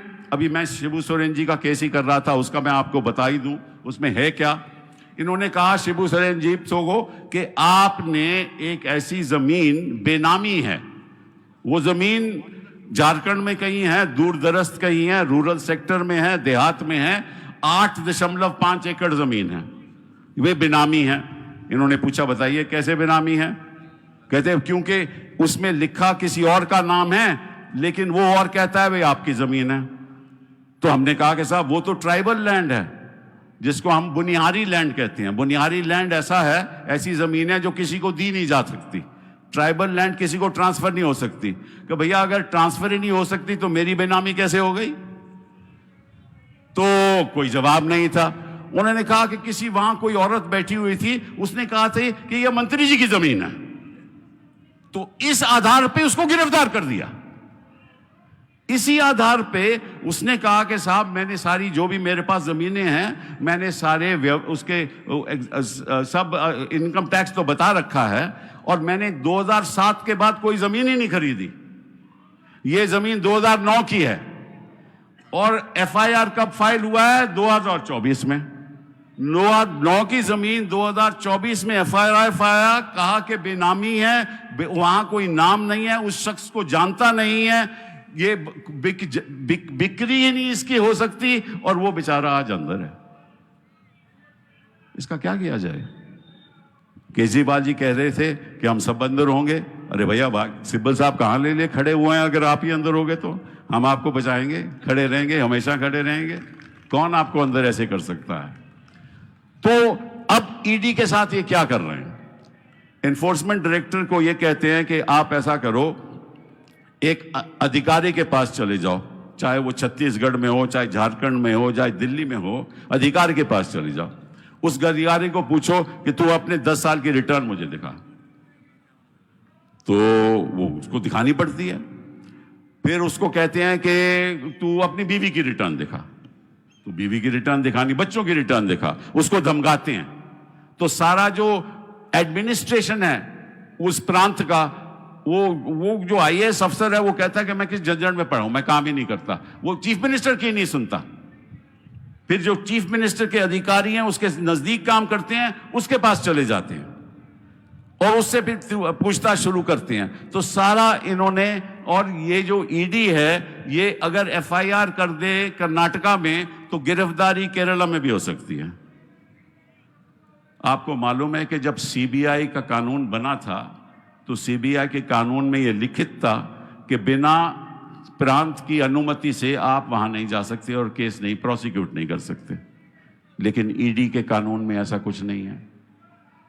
आप किसी भी प्रदेश में जाकर कोई भी तफ्तीश शुरू कर लो, कोई भी एफआईआर शुरू कर लो, इन्होंने हर जहां जहां भी ऑपोजिशन स्टेट हैं इन्होंने सबके खिलाफ ईडी का चालू कर दिया है। उसका मतलब ये है कि, और फिर प्रधानमंत्री जी पार्लियामेंट में बोलते हैं कि हम सब भ्रष्ट हैं। तो मैंने एक काम किया, मैंने इलेक्शन कमीशन में जाकर हर एक कैंडिडेट जब वो इलेक्शन लड़ता है अपना नाम देना पड़ता है उसको, और अपनी जो भी उसकी संपत्तियां देनी पड़ती है, और साथ साथ में उसके खिलाफ कौन से केस हैं वो भी बताना पड़ता है। हम सब बताते हैं। तो इनके एमपी के खिलाफ कितने केस हैं, इनके चीफ मिनिस्टर के खिलाफ भी कितने केस हैं। कोई 302 मर्डर का केस है, कोई चोरी का केस है, कोई किडनैपिंग का केस है। तो मैं इनसे पूछना चाहता हूं कि आज तक कभी उनकी ईडी उनके पास गई? आज तक नहीं गई। मतलब कि इनके अपने लोग जिनके खिलाफ बड़े बड़े संगीन मामले हैं वहां तो ईडी जाती नहीं है। इनके प्रदेश के जो मुख्यमंत्री हैं जिनके खिलाफ केस दारिज हो चुके हैं, वहां तो ईडी जाती नहीं है। तो ईडी केवल ऑपोजिशन लीडर्स के लिए है, इनके लिए नहीं है। तो एक तो ये पैसा का इस्तेमाल करते, एक ये ईडी का इस्तेमाल करते, इसने सारे संघीय ढांचे को खत्म कर दिया है। तीसरी बात, ये क्या कहते हैं कि हमारे संविधान में लिखा है कि हमारा हक है, हर प्रांत का हक है कि वो अपनी जो आर्थिक स्थिति है उसके आधार पे कैसे उसको आगे बढ़ना है। वो सरकार से, जनता से पैसा बॉन्ड के द्वारा भी ले सकती है, वो जनता, वो उनकी पब्लिक सेक्टर कॉरपोरेशन भी पैसा ले सकती हैं। तो अब फाइनेंस मिनिस्ट्री ने यह कह दिया, सरकार ने यह फैसला किया है कि हम ये आपको पैसा नहीं लेने देंगे, क्योंकि आप सही तरीके से आपकी आर्थिक स्थिति नहीं चला रहे। मतलब कि सेंट्रल गवर्नमेंट तो जितना मर्जी पैसा ले, जितना मर्जी फजूल खर्ची करे। मैं आपको बताता हूं हो क्या रहा है, ये रहा है कि ये पैसा ये सेंट्रल इस्तेमाल कर रही है, ये लोगों को पैसा देने के लिए, खुश करने के लिए पैसा खर्च कर रहे हैं, और हमें अपना प्रदेश चलाने के लिए ये पैसा नहीं खर्च करने देते। ये एक बहुत भारी मामला है। और सबसे बड़ी बात और सबसे दुख की बात यह है कि प्रधानमंत्री जी कहते हैं कि नॉर्थ साउथ डिवाइड हो रही है। मुझे तो आज तक समझ नहीं आया कि नॉर्थ साउथ डिवाइड है क्या। आप तो धर्म के आधार पे लोगों में बंटवारा कर रहे हो। धर्म के, आपकी सारी नीति राजनीति धर्म के आधार पे चलती है। उस दिन मैं एक पोस्टर देख रहा था जहां मोदी जी बहुत बड़े हैं, राम जी बड़े छोटे हैं। आपने देखा होगा। और राम जी मोदी जी की उंगली पकड़ कर, मोदी जी उनकी उंगली पकड़ के उनको ले जा रहे हैं अयोध्या। मतलब क्या मोदी जी राम जी से भी बड़े हो गए? कमाल हो गया। और रोज रोज हिंदू की बात करते हैं। मैं पूछता हूं कि असली हिंदू कौन है? ये बताइए मुझे। असली हिंदू वो है जो रोज झूठ बोलता है, या असली हिंदू है वो है जो सच्चाई के आधार पे आगे चलता है? इसलिए असली हिंदू वो है वो जो नफरत फैलाता है। असली हिंदू वो है एक दूसरे को जो गले लगाता है। असली हिंदू तो वो है ना। असली हिंदू वो है कि या इंसान का बंटवारा करता है, वो असली हिंदू नहीं है। असली हिंदू वो है जो जब किसी दलित को मारा जाए तो कानून की कार्रवाई नहीं होती, वो असली हिंदू है। क्या असली हिंदू वो है जो किसी को बोले कि ये तू बोल, नहीं बोलेगा तो हम तुझे मारेंगे? क्या वो असली हिंदू है? मैं पूछना चाहता हूं मोदी जी से कि आप बताइए कि असली हिंदू कौन? एक दिन आप वर्णन कर दीजिए कि असली हिंदू कौन है। और मैं सच कहूंगा कि अगर जिस दिन उन्होंने ये बता दिया तो आपको पता चल जाएगा कि असली हिंदू हम हैं जो नफरत की राजनीति नहीं करते, जो भाईचारा की राजनीति करते हैं। खून तो सभी का था ना जो बहा था जब भारत स्वतंत्र हुआ। खून का रंग तो अलग नहीं होता। खून का कभी रंग अलग हुआ? हर इंसान की भावनाएं तो अलग नहीं होती, कभी भी नहीं होती, क्योंकि हम इंसान हैं। सबसे पहले हम इंसान हैं, उसके बाद हम देश के नागरिक हैं। और अगर हम इंसानियत ही भूल जाओगे तो आप कैसे देश चलाओगे? हाँ, आप इलेक्शन जीत सकते हो, एक बार 2 बार जीत सकते हो, लेकिन जब तक देश आगे नहीं बढ़ेगा, देश की प्रगति नहीं होगी, सबको साथ लेकर नहीं चलोगे, तो ये देश विकसित भारत कैसे होगा जिसके आप सपने दिखाते हो कि 2047 में विकसित भारत हो जाएगा? कौन से विकसित भारत की बात कर रहे हो? ये कहते हैं कि देखिए हमने लोगों के लिए क्या किया, बहुत कुछ किया, हमने ये जनधन स्कीम चला दी, हमने इतना गेहूं दे दिया, इतने चावल दे दिए, सब कुछ दे दिया। मैं इनसे पूछना चाहता हूं, ये आपने दिया? मैं वकील हूं ना, मैं करोड़ों रुपया टैक्स देता हूं, मेरे पैसे इसी तो आप दे रहे हो ना, अपने पैसे तो नहीं दे रहे। पैसा मेरा देते हो आप और कहते हो कि मैंने आपके लिए कुछ किया। अरे किया तो मैंने किया, टैक्स तो मैं देता हूं। तो ये कौन सा फरेब है? ये तो आपका अगर आप उस इंसान को अपने पैरों पे खड़े होने की ताकत दो तो मैं मानूंगा कि आप सही काम कर रहे हो। लेकिन जो पिछड़े हैं वो तो पिछड़े हैं, जो गरीब हैं वो और गरीब हो गए। आपको मालूम है कि 80 करोड़ ऐसे लोग के नागरिक हैं जिनकी आमदनी एक माह 5,000 रुपया है। 80 करोड़ मतलब कि सारा यूरोप का आप संख्या ले लो, सारे अमेरिका भी संख्या ले लो, वो भी 80 करोड़ नहीं होता।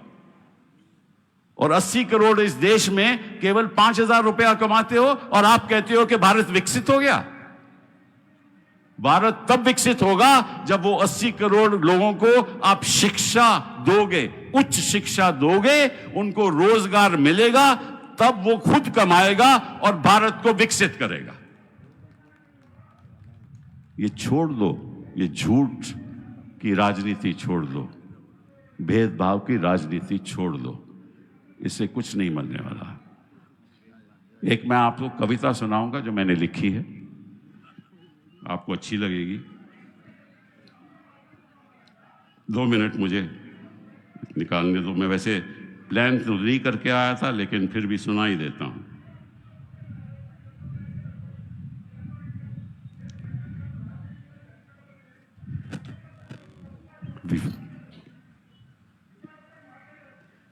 ये इनके लिए, मोदी जी के लिए है। यह है कि मंजिल पे पहुंच के करूंगा क्या, मंजिल पे पहुंच के करूंगा क्या, वहां से वापस भी आना लाजमी है। मंजिल पे पहुंच के करूंगा क्या, वहां से वापस भी आना लाजमी है। ऐसा नशा के छोड़कर करूंगा क्या, मैं खाने का दोस्ताना लाजमी है। दूर होकर तू बता, दूर होकर भी बता, करूंगा क्या, तेरे शहर में घर बसाना लाजमी है। अपना बना के तूने अब ठुकरा दिया, अपना बना के तूने अब ठुकरा दिया, फिर भी तुझको अपना बनाना लाजमी है। गली गली में ये जो आग लग रही है, गली गली में ये जो आग लग रही है, उस आग को हमें बुझाना लाजमी है। खुदा के वास्ते इस दहशती को छोड़ दे तू, खुदा के वास्ते इस दहशती को छोड़ दे तू, ये गुलिस्तां उजाड़ना क्या लाजमी है। बहुत बहुत धन्यवाद। जय हिंद। Thank you Kapil Sibal ji. ഈ തിരക്കിനിടയിലും നമുക്ക് വേണ്ടി ഒരു കവിത എഴുതിയാണ് അദ്ദേഹം വന്നത്. അത് മോഡിക്കുള്ള സന്ദേശമാണ്. Thank you Sibal ji. നമുക്ക് 1:30 മണിക്ക് by 1:30 we have to wind up it, but there are few more speakers and I'm sure that we can finish off the program in half an hour time. Since Tiruchi Shivaji, the leader of DMK in Rajya Sabha, has to attend an important committee meeting, with the permission of the senior leaders, let me invite my friend Tiruchi to address the gathering.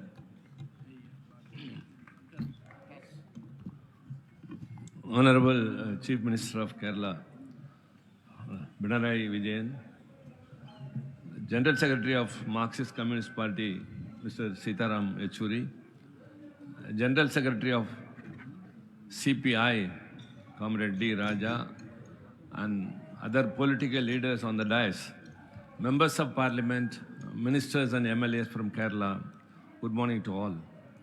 I, on behalf of DMK, and our leader, the Chief Minister of Tamil Nadu, Honorable Mr. M.K. Stalin, I have come here to express our solidarity to your protest.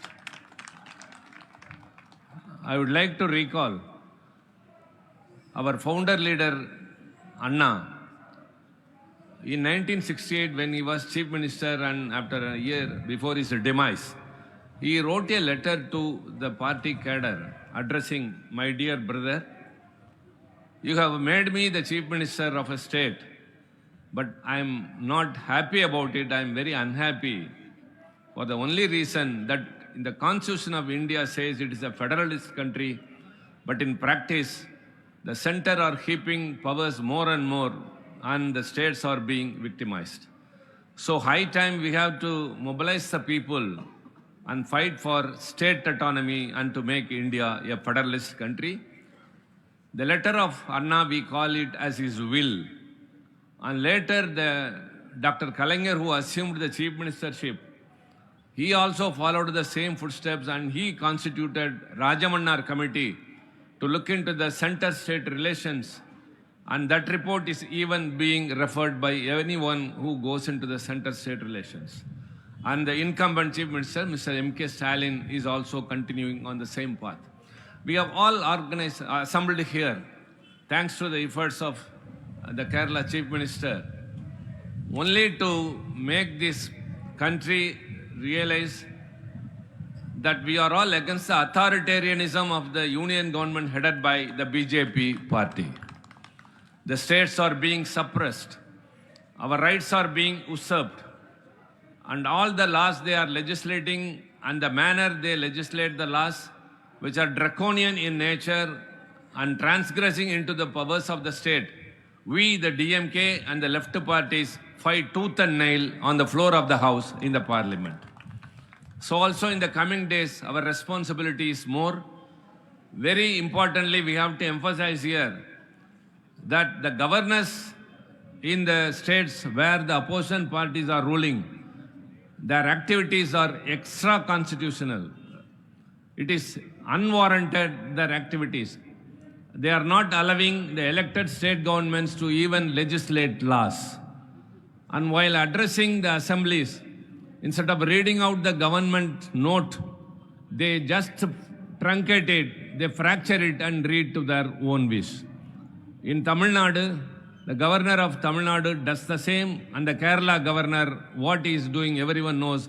Have you ever heard of any governor in the independent India sitting in a street and making dharna? And the Tamil Nadu governor, while addressing the selected candidates of UPSC, IPS and IAS, instead of advising them by way of his experience how to perform in future, he has advised them, in future, when you assume office, if there is a controversy between the state government and the union government, I suggest you have to stand by the union government. So he has not advised them to stand by the constitution. They are advising against the states. This should not happen. And DMK's ultimate slogans are two. Number one, state autonomy. Number two, abolish governorship. To achieve all these things, the 2024 elections is the only opportunity available to us. No arms, no ammunition, just with the ballot paper in your hand, go into the polling booth, and when you return, this BJP government should have fallen and our alliance should have assumed power. The next Independence Day, the Prime Minister of the opposition today, the Indian Alliance, will hoist the flag in the Red Fort. The day is not far behind. DMK is always with you. Thank you very much. Thank you, Tiruchi Shivaji. In the meantime, Tamil Nadu Chief Minister, Honorable Stalinji, has sent a detailed message conveying his solidarity. Due to paucity of time, we will be telecasting it later. And Tamil Nadu, with the population of 7.6 crore people, are expressing their resounding support. And all the Tamil Nadu MPs have come with a black shirt as a mark of their protest. With the permission of Comrade Sidaram Yechury and Comrade D. Raja, let me just call upon the President of VCKA, Dr. Thiruma Vallavan, to address the meeting briefly. Honorable Chief Minister of Kerala, Sri Pinarayi Vijayan ji, and all the leaders in the dais. Good evening to you all. On behalf of VCK, I am here to extend our support, staunch support for this struggle. This is a fight to protect federalism. We all know very well that there is a big threat to our constitution. There are three important basic factors in our constitution, secularism, pluralism, federalism. So there is a big threat not only to federalism, secularism too, pluralism too. The people who are in the power, BJP and Sangh Parivas, are purposefully diluting the values of the Constitution. So this is the big threat to our nation. Our Honorable Chief Minister of Kerala, presiding over this struggle to protect federalism. But we have to fight to protect our people, to protect our nation, to protect our constitution. This is our main agenda. There is only one solution in front of us.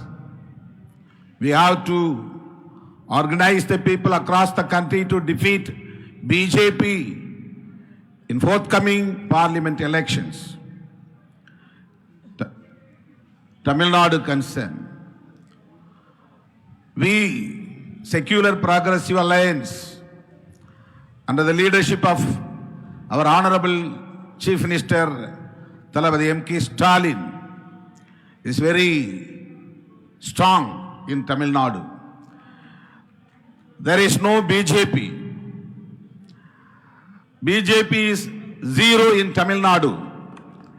They will not get even a single deposit from single constituency. They will not get back deposit amount. So, like in Tamil Nadu, in each and every state, we have to be consolidated to defeat BJP. This is only the solution to protect our nation, to protect our constitution. So we are with you all to fight against these fascist BJP and Sangh Parivas. Thank you for giving this opportunity.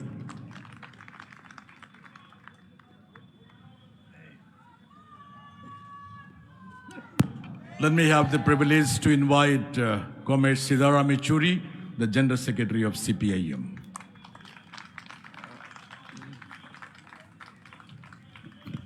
Honorable Chief Minister of Kerala, Comrade Pinarayi Vijayan, his cabinet colleagues, members of the Legislative Assembly, and Comrade Raja, Comrade Tirumavalavan, and all the other leaders who are present here, and my dear brothers and sisters. We are supposed to close at 1:30, so there's very little time, therefore, and since most of the issues have already been explained to you, why are we here? The Prime Minister, of course, yesterday thundered, saying that the opposition is trying to create a north-south divide. I think the Honorable Prime Minister should understand what is India's geography. Mr. Kejriwal is north-south. Mr. Maan is north-south of Punjab. Mr. Farooq Abdullah from Kashmir is north-south. भूगोल का तरफ परिचय प्रधानमंत्री को करवाने की ज़रूरत है, क्योंकि वो शायद भारत का भूगोल नहीं जानते. ये दक्षिण उत्तर का नहीं है लड़ाई, ये लड़ाई है हमारी हकों का, हमारी बुनियादी हक है, और ये हक हमें हमारा संविधान देता है. It is the Constitution of India that gives us this right. That is, India is a union of states. Without the states, there is no union. Now you're going to have, according to Prime Minister Modi, you're going to have only the union and no states. Reduce the states to come to the center with a begging bowl for their due share. This is not acceptable. That is why is this happening? It is not merely because of the authoritarian trend. Of course it is. Of course it is. They want to centralize power. But the larger issue we must keep in mind.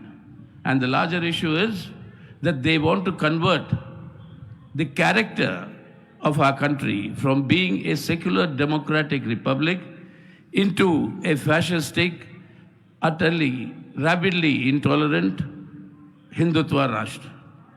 And for the creation of a Hindutva Rashtra, what they need is a unitary state structure, not a federal state structure. So this entire drive towards unitary state structure, this entire drive for centralization is part of the larger construct of converting the character of our country from being a secular democratic republic into a fascistic authoritarian Hindutva Rashtra. That is a fundamental point we'll have to bear in mind why these assaults are coming. And that is why we have to understand that, as Mr. Kejriwal said, the wheel of time keeps on moving. But then you have a Prime Minister जिन्होंने कहा कि मैं काल चक्र को ही रोक दिया. अयोध्या में बोलते हुए उन्होंने कहा कि काल चक्र को हमने मोड़ दिया. काल चक्र को मोड़ने वाला आज तक ना पैदा हुआ ना पैदा होगा. और काल चक्र घूमेगा, और जब घूमेगा तो बड़े लोगों की बात छोड़िए. हमारे एक बहुत प्रसन्न हिंदी फिल्मी एक्टर थे जो ह्यूमरस रोल्स करते थे.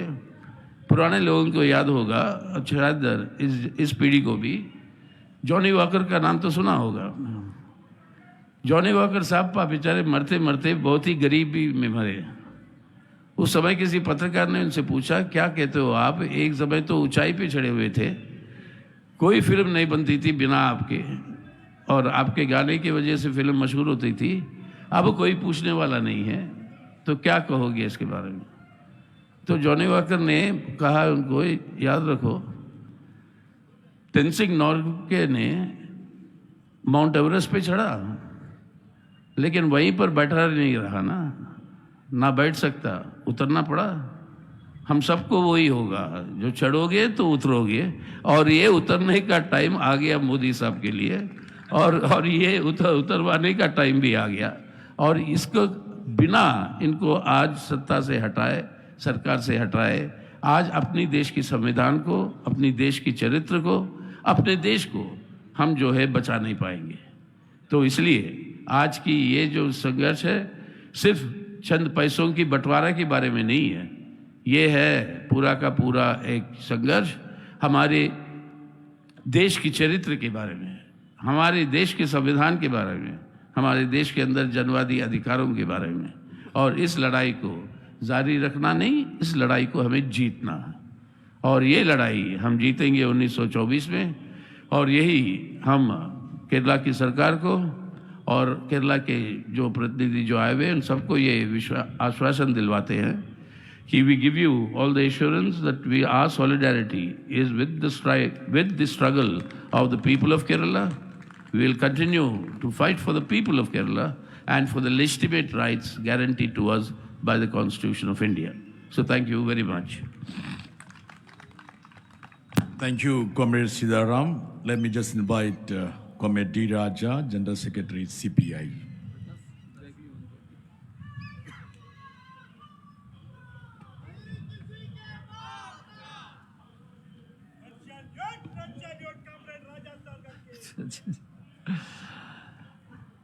Respected Chief Minister of Kerala, Comrade Pinarayi Vijayan, leaders sitting on the dais from different political parties, comrades, friends, due to constraint of time, I'll be very brief. Today, we all know our country is in great trouble. Our country is confronting a calamity in its history. How to save our country? How to save the country from such a calamity? That's what we should think over. Federalism is one issue. Mr. Modi, when he came to power, he promised he will stand for cooperative federalism. But what we are witnessing today, there is neither cooperation nor federalism. He talked about cooperative federalism. Now he says the opposition is dividing the country, north, south. Mr. Modi, we want to tell you, it is you, it is your party BJP, it is RSS which is dividing the people in the name of religion, in the name of caste. Now you are dividing the country into north, south, and you will divide the country into east, west. Already you have divided the country northeast. So, Mr. Modi, why it is happening? Under your leadership, the BJP RSS combined is subverting the constitution given to us by Dr. Ambedkar and galaxy of leaders. That constitution defines that India should remain as a secular democratic republic. Indian state should remain as a secular democratic republican state. Now you are trying to subvert that constitution and make it a theocratic nation, theocratic state. Do you think we will keep quiet, folding our hands? Mr. Modi, that is why our Chief Minister has come to Delhi, national capital, knocking at Parliament, warning you, Mr. Modi, and you are not going to be in power forever. And Mr. Modi, the Constitution says Indian state should be a democratic state, welfare state. Now you have made it a state of corporate houses, a state for corporate houses, a state by corporate houses. You do not care for the toiling masses, the working people, the farmers, and you have made it a state for corporate, big business houses. And where is compassion for the people? You destroyed the welfare character of our state. Mr. Modi, the Constitution says India, that is Bharat. You call anything, but that is Union of States. In fact, Dr. Ambedkar said originally, India should be called as United States of India. When he drafted the Constitution, he made it Union of States. Union of States. States must have their own rights, political rights, economic rights within the framework of Constitution. Now, since you are Prime Minister, you are guided and directed, dictated by BJP RSS. You think you can snatch away all the powers of state governments, economic powers, political powers. Do you think we will all allow that? That is why we have come here to give a warning to you. You are not going to be in power forever. 2024 Parliament elections, we all know, critical for the country, critical for the future of the country. And in these elections, we all should stand together, fight together, and throw out BJP from power. Desh Bachao, BJP Hatao is the common resolve. And let us fight together, let us move together. And I congratulate Comrade Pinarayi Vijayan taking up this initiative, coming to the national capital. And now we have seen the chief ministers from different states, former chief minister, leaders from different political parties. Why we are coming together? In order to save the nation, in order to save secular democracy, in order to save federalism, in order to save India. India, India, let us fight together, let us move together, march together. Thank you very much. Thank you, Comrade Raja. That was a very forceful, stern warning to Mr. Modi. Let me just call upon Mr. Jose K. Mani to speak 2 words in solidarity with this agitation. ബഹുമാനായ മുഖ്യമന്ത്രി, വേദിയിലും സദസ്സിലുമുള്ള ബഹുമാന്യരെ, സ്നേഹിതരെ, 2 sentence മാത്രമേ ഉള്ളൂ. നമുക്കറിയാം, positive time. The success of Kerala has become the failure of Kerala. Who said it? ആരാണ് ഇത് പറഞ്ഞത്? ഇത് പറഞ്ഞത് ധനകാര്യ കമ്മീഷൻ.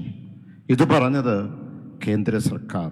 നമുക്കറിയാം കേരളം ഈ രാജ്യത്തിന് പോലും മാതൃകയാണ് എല്ലാ കാര്യങ്ങളിലും. വിദ്യാഭ്യാസം എടുത്താലും ആരോഗ്യമെടുത്താലും അത് പോപ്പുലേഷൻ കൺട്രോൾ എടുത്താലും അത് നമ്മുടെ വിമൻ എംപവർമെൻ്റ് എടുത്താലും എത്രയോ ഘടകങ്ങൾക്ക് ഇന്ന് കേരളം നമ്മുടെ നാടിന് മാത്രമല്ല നമ്മുടെ രാജ്യത്തിന് മാതൃകയാണ്. അപ്പോൾ എന്താണ് പ്രധാനമായും നമ്മൾ കാണുന്നത്? ഈ വികസനം നമ്മൾ നേടിയ നേട്ടം ഒരു അപരാധമായി അവർ കാണുന്നു. ഇവിടെ പോപ്പുലേഷൻ കൺട്രോളിൻ്റെ കാര്യങ്ങൾ ചിലപ്പോൾ നമ്മുടെ ഫിനാൻസ് കമ്മീഷൻ പറയാറുണ്ട്. പോപ്പുലേഷൻ കൺട്രോളിനെ പറ്റി ഈ ബഡ്ജറ്റിൽ ഒരു വാചകമുണ്ട്. ആ പറയുന്നത്, കേന്ദ്ര ബഡ്ജറ്റിൽ പറയുന്നത്, നിയന്ത്രണമില്ലാതെ പോകുന്ന ഈ പോപ്പുലേഷൻ വലിയൊരു വെല്ലുവിളി ഈ രാജ്യം നേരിടാൻ പോവുകയാണ്. അതിനുവേണ്ടി വിദഗ്ധ സമിതി പഠിക്കും, അതിനുള്ള നടപടികളുമായിട്ട് പോകും. അതുമാത്രമല്ല, പ്രധാനമായും നമ്മൾ കാണുന്നത് ഒരു രാഷ്ട്രീയ നേട്ടം അത് കേരളത്തിൽ BJPക്ക് ഉണ്ടെങ്കിൽ എല്ലാം ഞങ്ങൾ തരാം. പക്ഷെ ഞാൻ പറയട്ടെ, കേരളം കണ്ട് പനിക്കണ്ട. കേരളത്തിൻ്റെ ജനത വിവേകമതികളാണ്. അവർക്ക് കൃത്യമായി അറിയാം, അവർ തോക്കാൻ തയ്യാറില്ല. ഈ പോരാട്ടം തുടരും. നന്ദി, നമസ്കാരം. Thank you, Jose K. Mani. We have the presence of Sri S.L. Sharma and P.C. Chakos. Due to paucity of time, they won't be speaking. Let me just call upon Comrade E.P. Jayarajan, the convener of LDF, to render vote of thanks. And ഇതിന് ശേഷം സ്റ്റാലിൻ, ബഹുമാനപ്പെട്ട മുഖ്യമന്ത്രി, തമിഴ്നാട് മുഖ്യമന്ത്രി സ്റ്റാലിൻ ഒരു സന്ദേശം അയച്ചിട്ടുണ്ട്. ഈ നന്ദി പ്രകടനത്തിന് ശേഷം അതിവിടെ വീഡിയോ വാളിൽ ഞങ്ങൾ കാണിക്കുന്നതാണ്. അതുകൂടി കണ്ട ശേഷം ഈ പോകാവുള്ളൂ. Comrade E.P. ജയരാജൻ.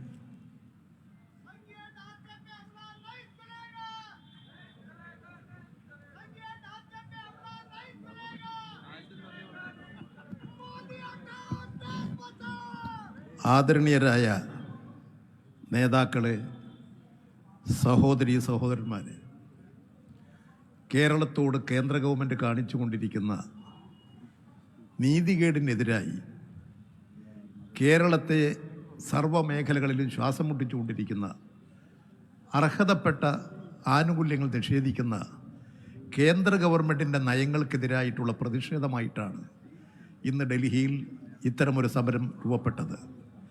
ഇന്ന് കേരളത്തിൻ്റെ മാത്രമല്ല, ഇത് ഇന്ത്യയിലെ BJP ഇതര ഗവൺമെൻറ്റുകളുടെ എല്ലാം ഒരു പൊതു പ്രശ്നമായി മാറിയിരിക്കുന്നു.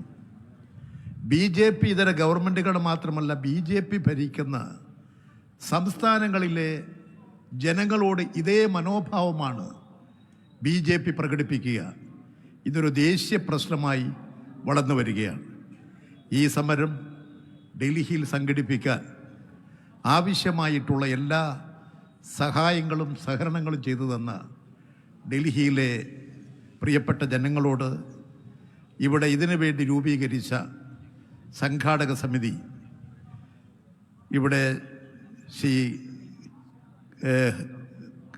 എളമരം കരീം, ശ്രീ ജോൺ ബ്രിട്ടാസ്, നമ്മുടെ കേരളത്തിൻ്റെ പ്രതിനിധിയായി ഡൽഹിയിൽ പ്രവർത്തിച്ചുകൊണ്ടിരിക്കുന്ന Shri KV Thomas master, T. Sivadasan MP തുടങ്ങിയിട്ടുള്ളവരുടെ എല്ലാ നേതൃത്വത്തിൽ ഇവിടെ പ്രവർത്തിച്ചു.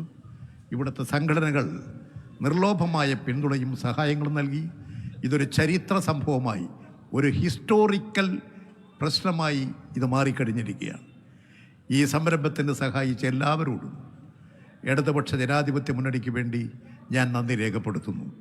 ഈ വാർത്തകൾ ജനങ്ങളിലെത്തിക്കാൻ ഇന്നലെ മുതൽ ഇന്നുമെല്ലാം ഞങ്ങളോടൊന്നിച്ച് സഹകരിച്ച് പ്രവർത്തിച്ചു കൊണ്ടിരിക്കുന്ന എല്ലാ മാധ്യമ സുഹൃത്തുക്കളോടും ഞങ്ങൾക്കുള്ള നന്ദി രേഖപ്പെടുത്തുകയാണ്. ഇടതുപക്ഷ ജനാധിപത്യ മുന്നണി നിങ്ങളോട് പ്രത്യേകം നന്ദി രേഖപ്പെടുത്തുന്നു. ഒന്നുകൂടി പരിപാടിയിൽ പങ്കെടുത്തിട്ടുള്ള ആദരണീയനായ കേരളത്തിൻ്റെ മുഖ്യമന്ത്രി, അതുപോലെ തന്നെ ഈ പരിപാടി വളരെ സമ്പന്നമാക്കി തീർത്ത CPIM-ൻ്റെ ജനറൽ സെക്രട്ടറി സഖാബ് Sitaram Yechury, CPI general secretary Shri D. Raja, ബഹുമാനനായ ഡോക്ടർ ഫറൂഖ് അബ്ദുള്ള, ഡൽഹിയിലെ പ്രിയപ്പെട്ട മുഖ്യമന്ത്രി ശ്രീ കേജ്രിവാൾ, ശ്രീ ഭഗവത് മാൻ, ശ്രീ പളനിവേത്, ത്യഗരാജ്, പ്രശസ്തനായ അഭിഭാഷകൻ senior advocate Kapil Sibal, Shri SL Sharma, Shri Trichy Siva, Shri Thirumavalavan തുടങ്ങിയിട്ടുള്ള എല്ലാവരോടും കേരളത്തിനുള്ള നന്ദി രേഖപ്പെടുത്തുന്നു. ഈ ഐക്യവും സാഹോദര്യവും കൂടുതൽ ശക്തമാക്കാൻ എല്ലാവരോടും ഞങ്ങൾ ഒരിക്കൽ കൂടി സഹായങ്ങൾക്ക് അഭ്യർത്ഥിക്കുന്നു. ഈ പരിപാടിയിൽ അധ്യക്ഷത വഹിച്ച ശ്രീ ബിനോയ് വിശ്വത്തിനും നന്ദി രേഖപ്പെടുത്തിക്കൊണ്ട് എൻ്റെ നന്ദി പ്രഭാഷണം അവസാനിപ്പിക്കുന്നു. താങ്ക് യു കോമഴി പി ജയരാജൻ. ഈ ഐതിഹാസികമായ പ്രതിഷേധത്തിന് താൽക്കാലിക വിരാമം കുറിക്കുകയാണ്. ഈ പരിപാടിയിൽ സംബന്ധിച്ച എല്ലാവർക്കും നന്ദി. ഇപ്പോൾ ബഹുമാനപ്പെട്ട സ്റ്റാലിൻ്റെ വീഡിയോ സന്ദേശം ഇവിടെ പ്ലേ ചെയ്യുന്നതാണ്.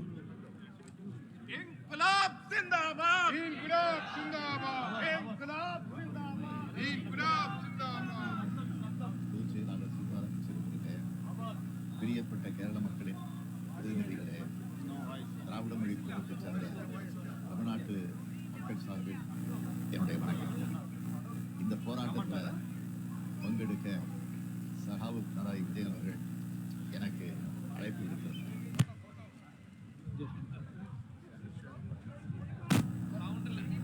இருக்கிறதுக்காக ஸ்பெயின் நாட்டுக்கு பயணம் மேற்கொண்டு நேற்று தான் தாயகம் சென்றேன். அதன் காரணமாக என்னால் இந்த போராட்டத்தில் பங்கெடுக்க முடியல. எங்களோட கட்சி சார்பாக மாண்புமிகு அமைச்சர் PTR பழனிவேல் தியாகராஜன்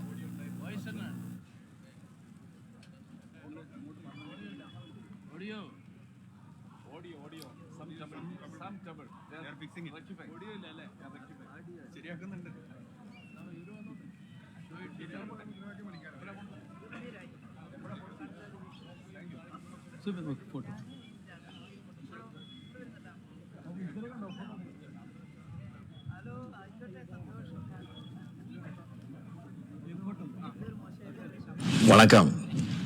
கேரள மாநிலத்தின் மாண்புமிகு முதலமைச்சர் சகாவு பினராயி விஜயன் அவர்களே, CPIM பொதுச் செயலாளர் சீதாராம் யெச்சூரி அவர்களே, பிரியப்பட்ட கேரள மக்களின் பிரதிநிதிகளே, திராவிட மொழி குடும்பத்தைச் சேர்ந்த தமிழ்நாட்டு மக்கள் சார்பில் என்னுடைய வணக்கம்.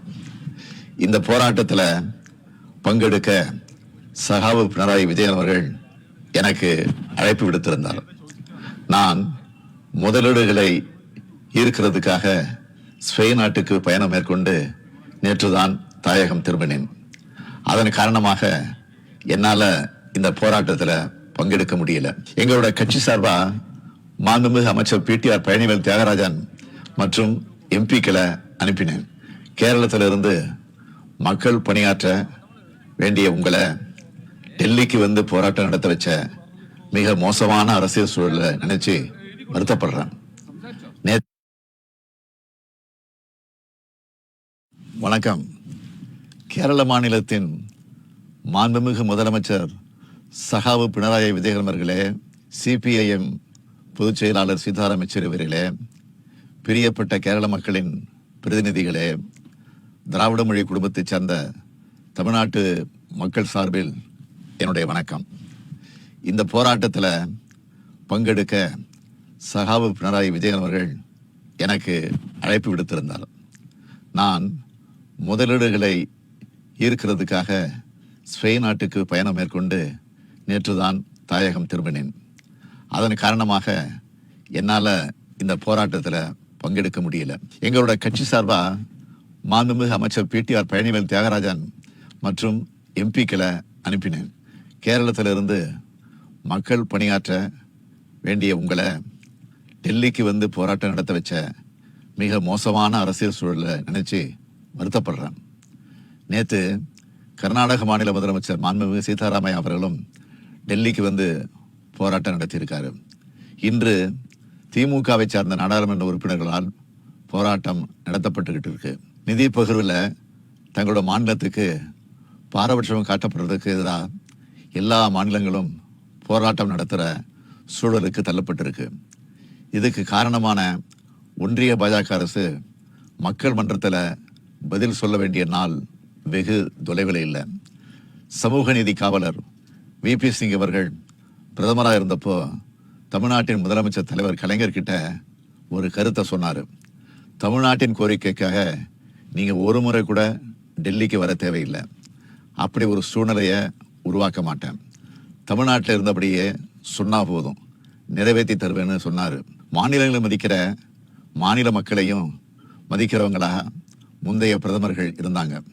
ஆனால் பிரதமர் மாண்புமிகு நரேந்திர மோடி அவர்கள் மாநிலங்களை முனிசிபாலிட்டிகளைப் போல நினைக்கிறார். மாநிலங்கள் இருப்பதோ, மாநிலங்களுக்கு முதலமைச்சர்கள் இருப்பதோ அவருக்கு பிடிக்கல. இத்தனைக்கும் குஜராத் மாநில முதலமைச்சராக இருந்து அதன் பிறகு பிரதமரானவர் அவர். ஆனால் பிரதமரானதும் அவர் செஞ்ச முதல் செயல் மாநிலங்களோட உரிமையை பறித்தது தான். நிதி உரிமையை பறித்தார், கல்வி உரிமையை பறித்தார், மொழி உரிமையை பறித்தார், சட்ட உரிமையை பறித்தார். மாநிலங்களின் நிதி உரிமையை பறிக்கிறது ஆக்சிஜனை நிறுத்துறதுக்கு சமம். அதைத்தான் பாஜக அரசு செஞ்சிட்டு வருது. இது ஏதோ எதிர்க்கட்சி ஆளும் மாநிலங்களுக்கு மட்டும் நடக்குதுன்னு பாஜக முதலமைச்சர்கள் நினைக்க வேண்டாம். நாளை உங்கள் மாநிலங்களுக்கும் இதே கதிதான்னு எச்சரிக்கையாக சொல்ல விரும்புகிறேன். பாஜக அரசின் இந்த எதேச்சதிகார நடவடிக்கைகளுக்கு எதிராக தமிழ்நாடு அரசு உறுதியோட போராடி வருது. அதே பாணியில் கேரள முதலமைச்சர் காம்ரேட் பினராயி விஜயன் அவர்களும் போராடி வரார். ஜிஎஸ்டி வரி விதிப்புக்கு பிறகு மாபெரும் நிதி நெருக்கடி பெயரிடல எல்லா மாநில அரசுகளும் சந்திக்கிறோம். அனைத்து மாநில அரசுகளையும் ஒன்றிணைச்சு ஆளக்கூடிய ஒன்றிய அரசு இந்த நிதி நெருக்கடியை நீக்கிற வகையில் செயல்படணும். ஆனால் அப்படி செயல்படலை. மாநிலங்கள் வளர்ச்சி பணிகளுக்காக கடன் வாங்குறதுக்கு கூட தடையை ஏற்படுத்துகிறாங்க. மாநிலங்களோட பொது செலவினங்களுக்கு நிதி அளிக்கிறதுக்கான பொது கடன் என்பது இந்திய அரசமைப்பு சட்டத்தின்படி மாநில சட்டமன்றத்தின் தனிப்பட்ட அதிகார வரம்பிற்கு உட்பட்டது. மக்களுக்கு எல்லா நன்மைகளையும் செய்கிறது மாநில அரசுகள் தான். மாநில அரசுகிட்ட தான் எல்லா அன்றாட தேவைகளையும் மக்கள் எதிர்பார்க்குறாங்க.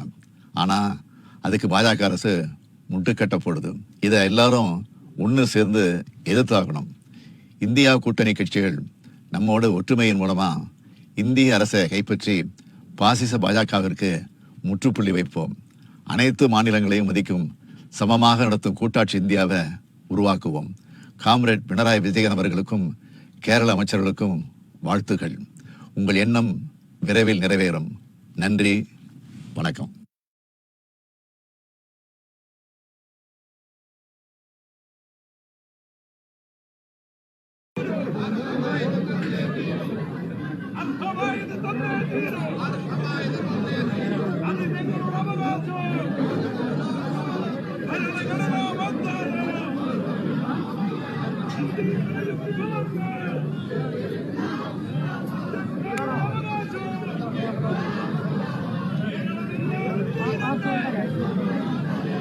Marayu, Marayu, Kendra Kare.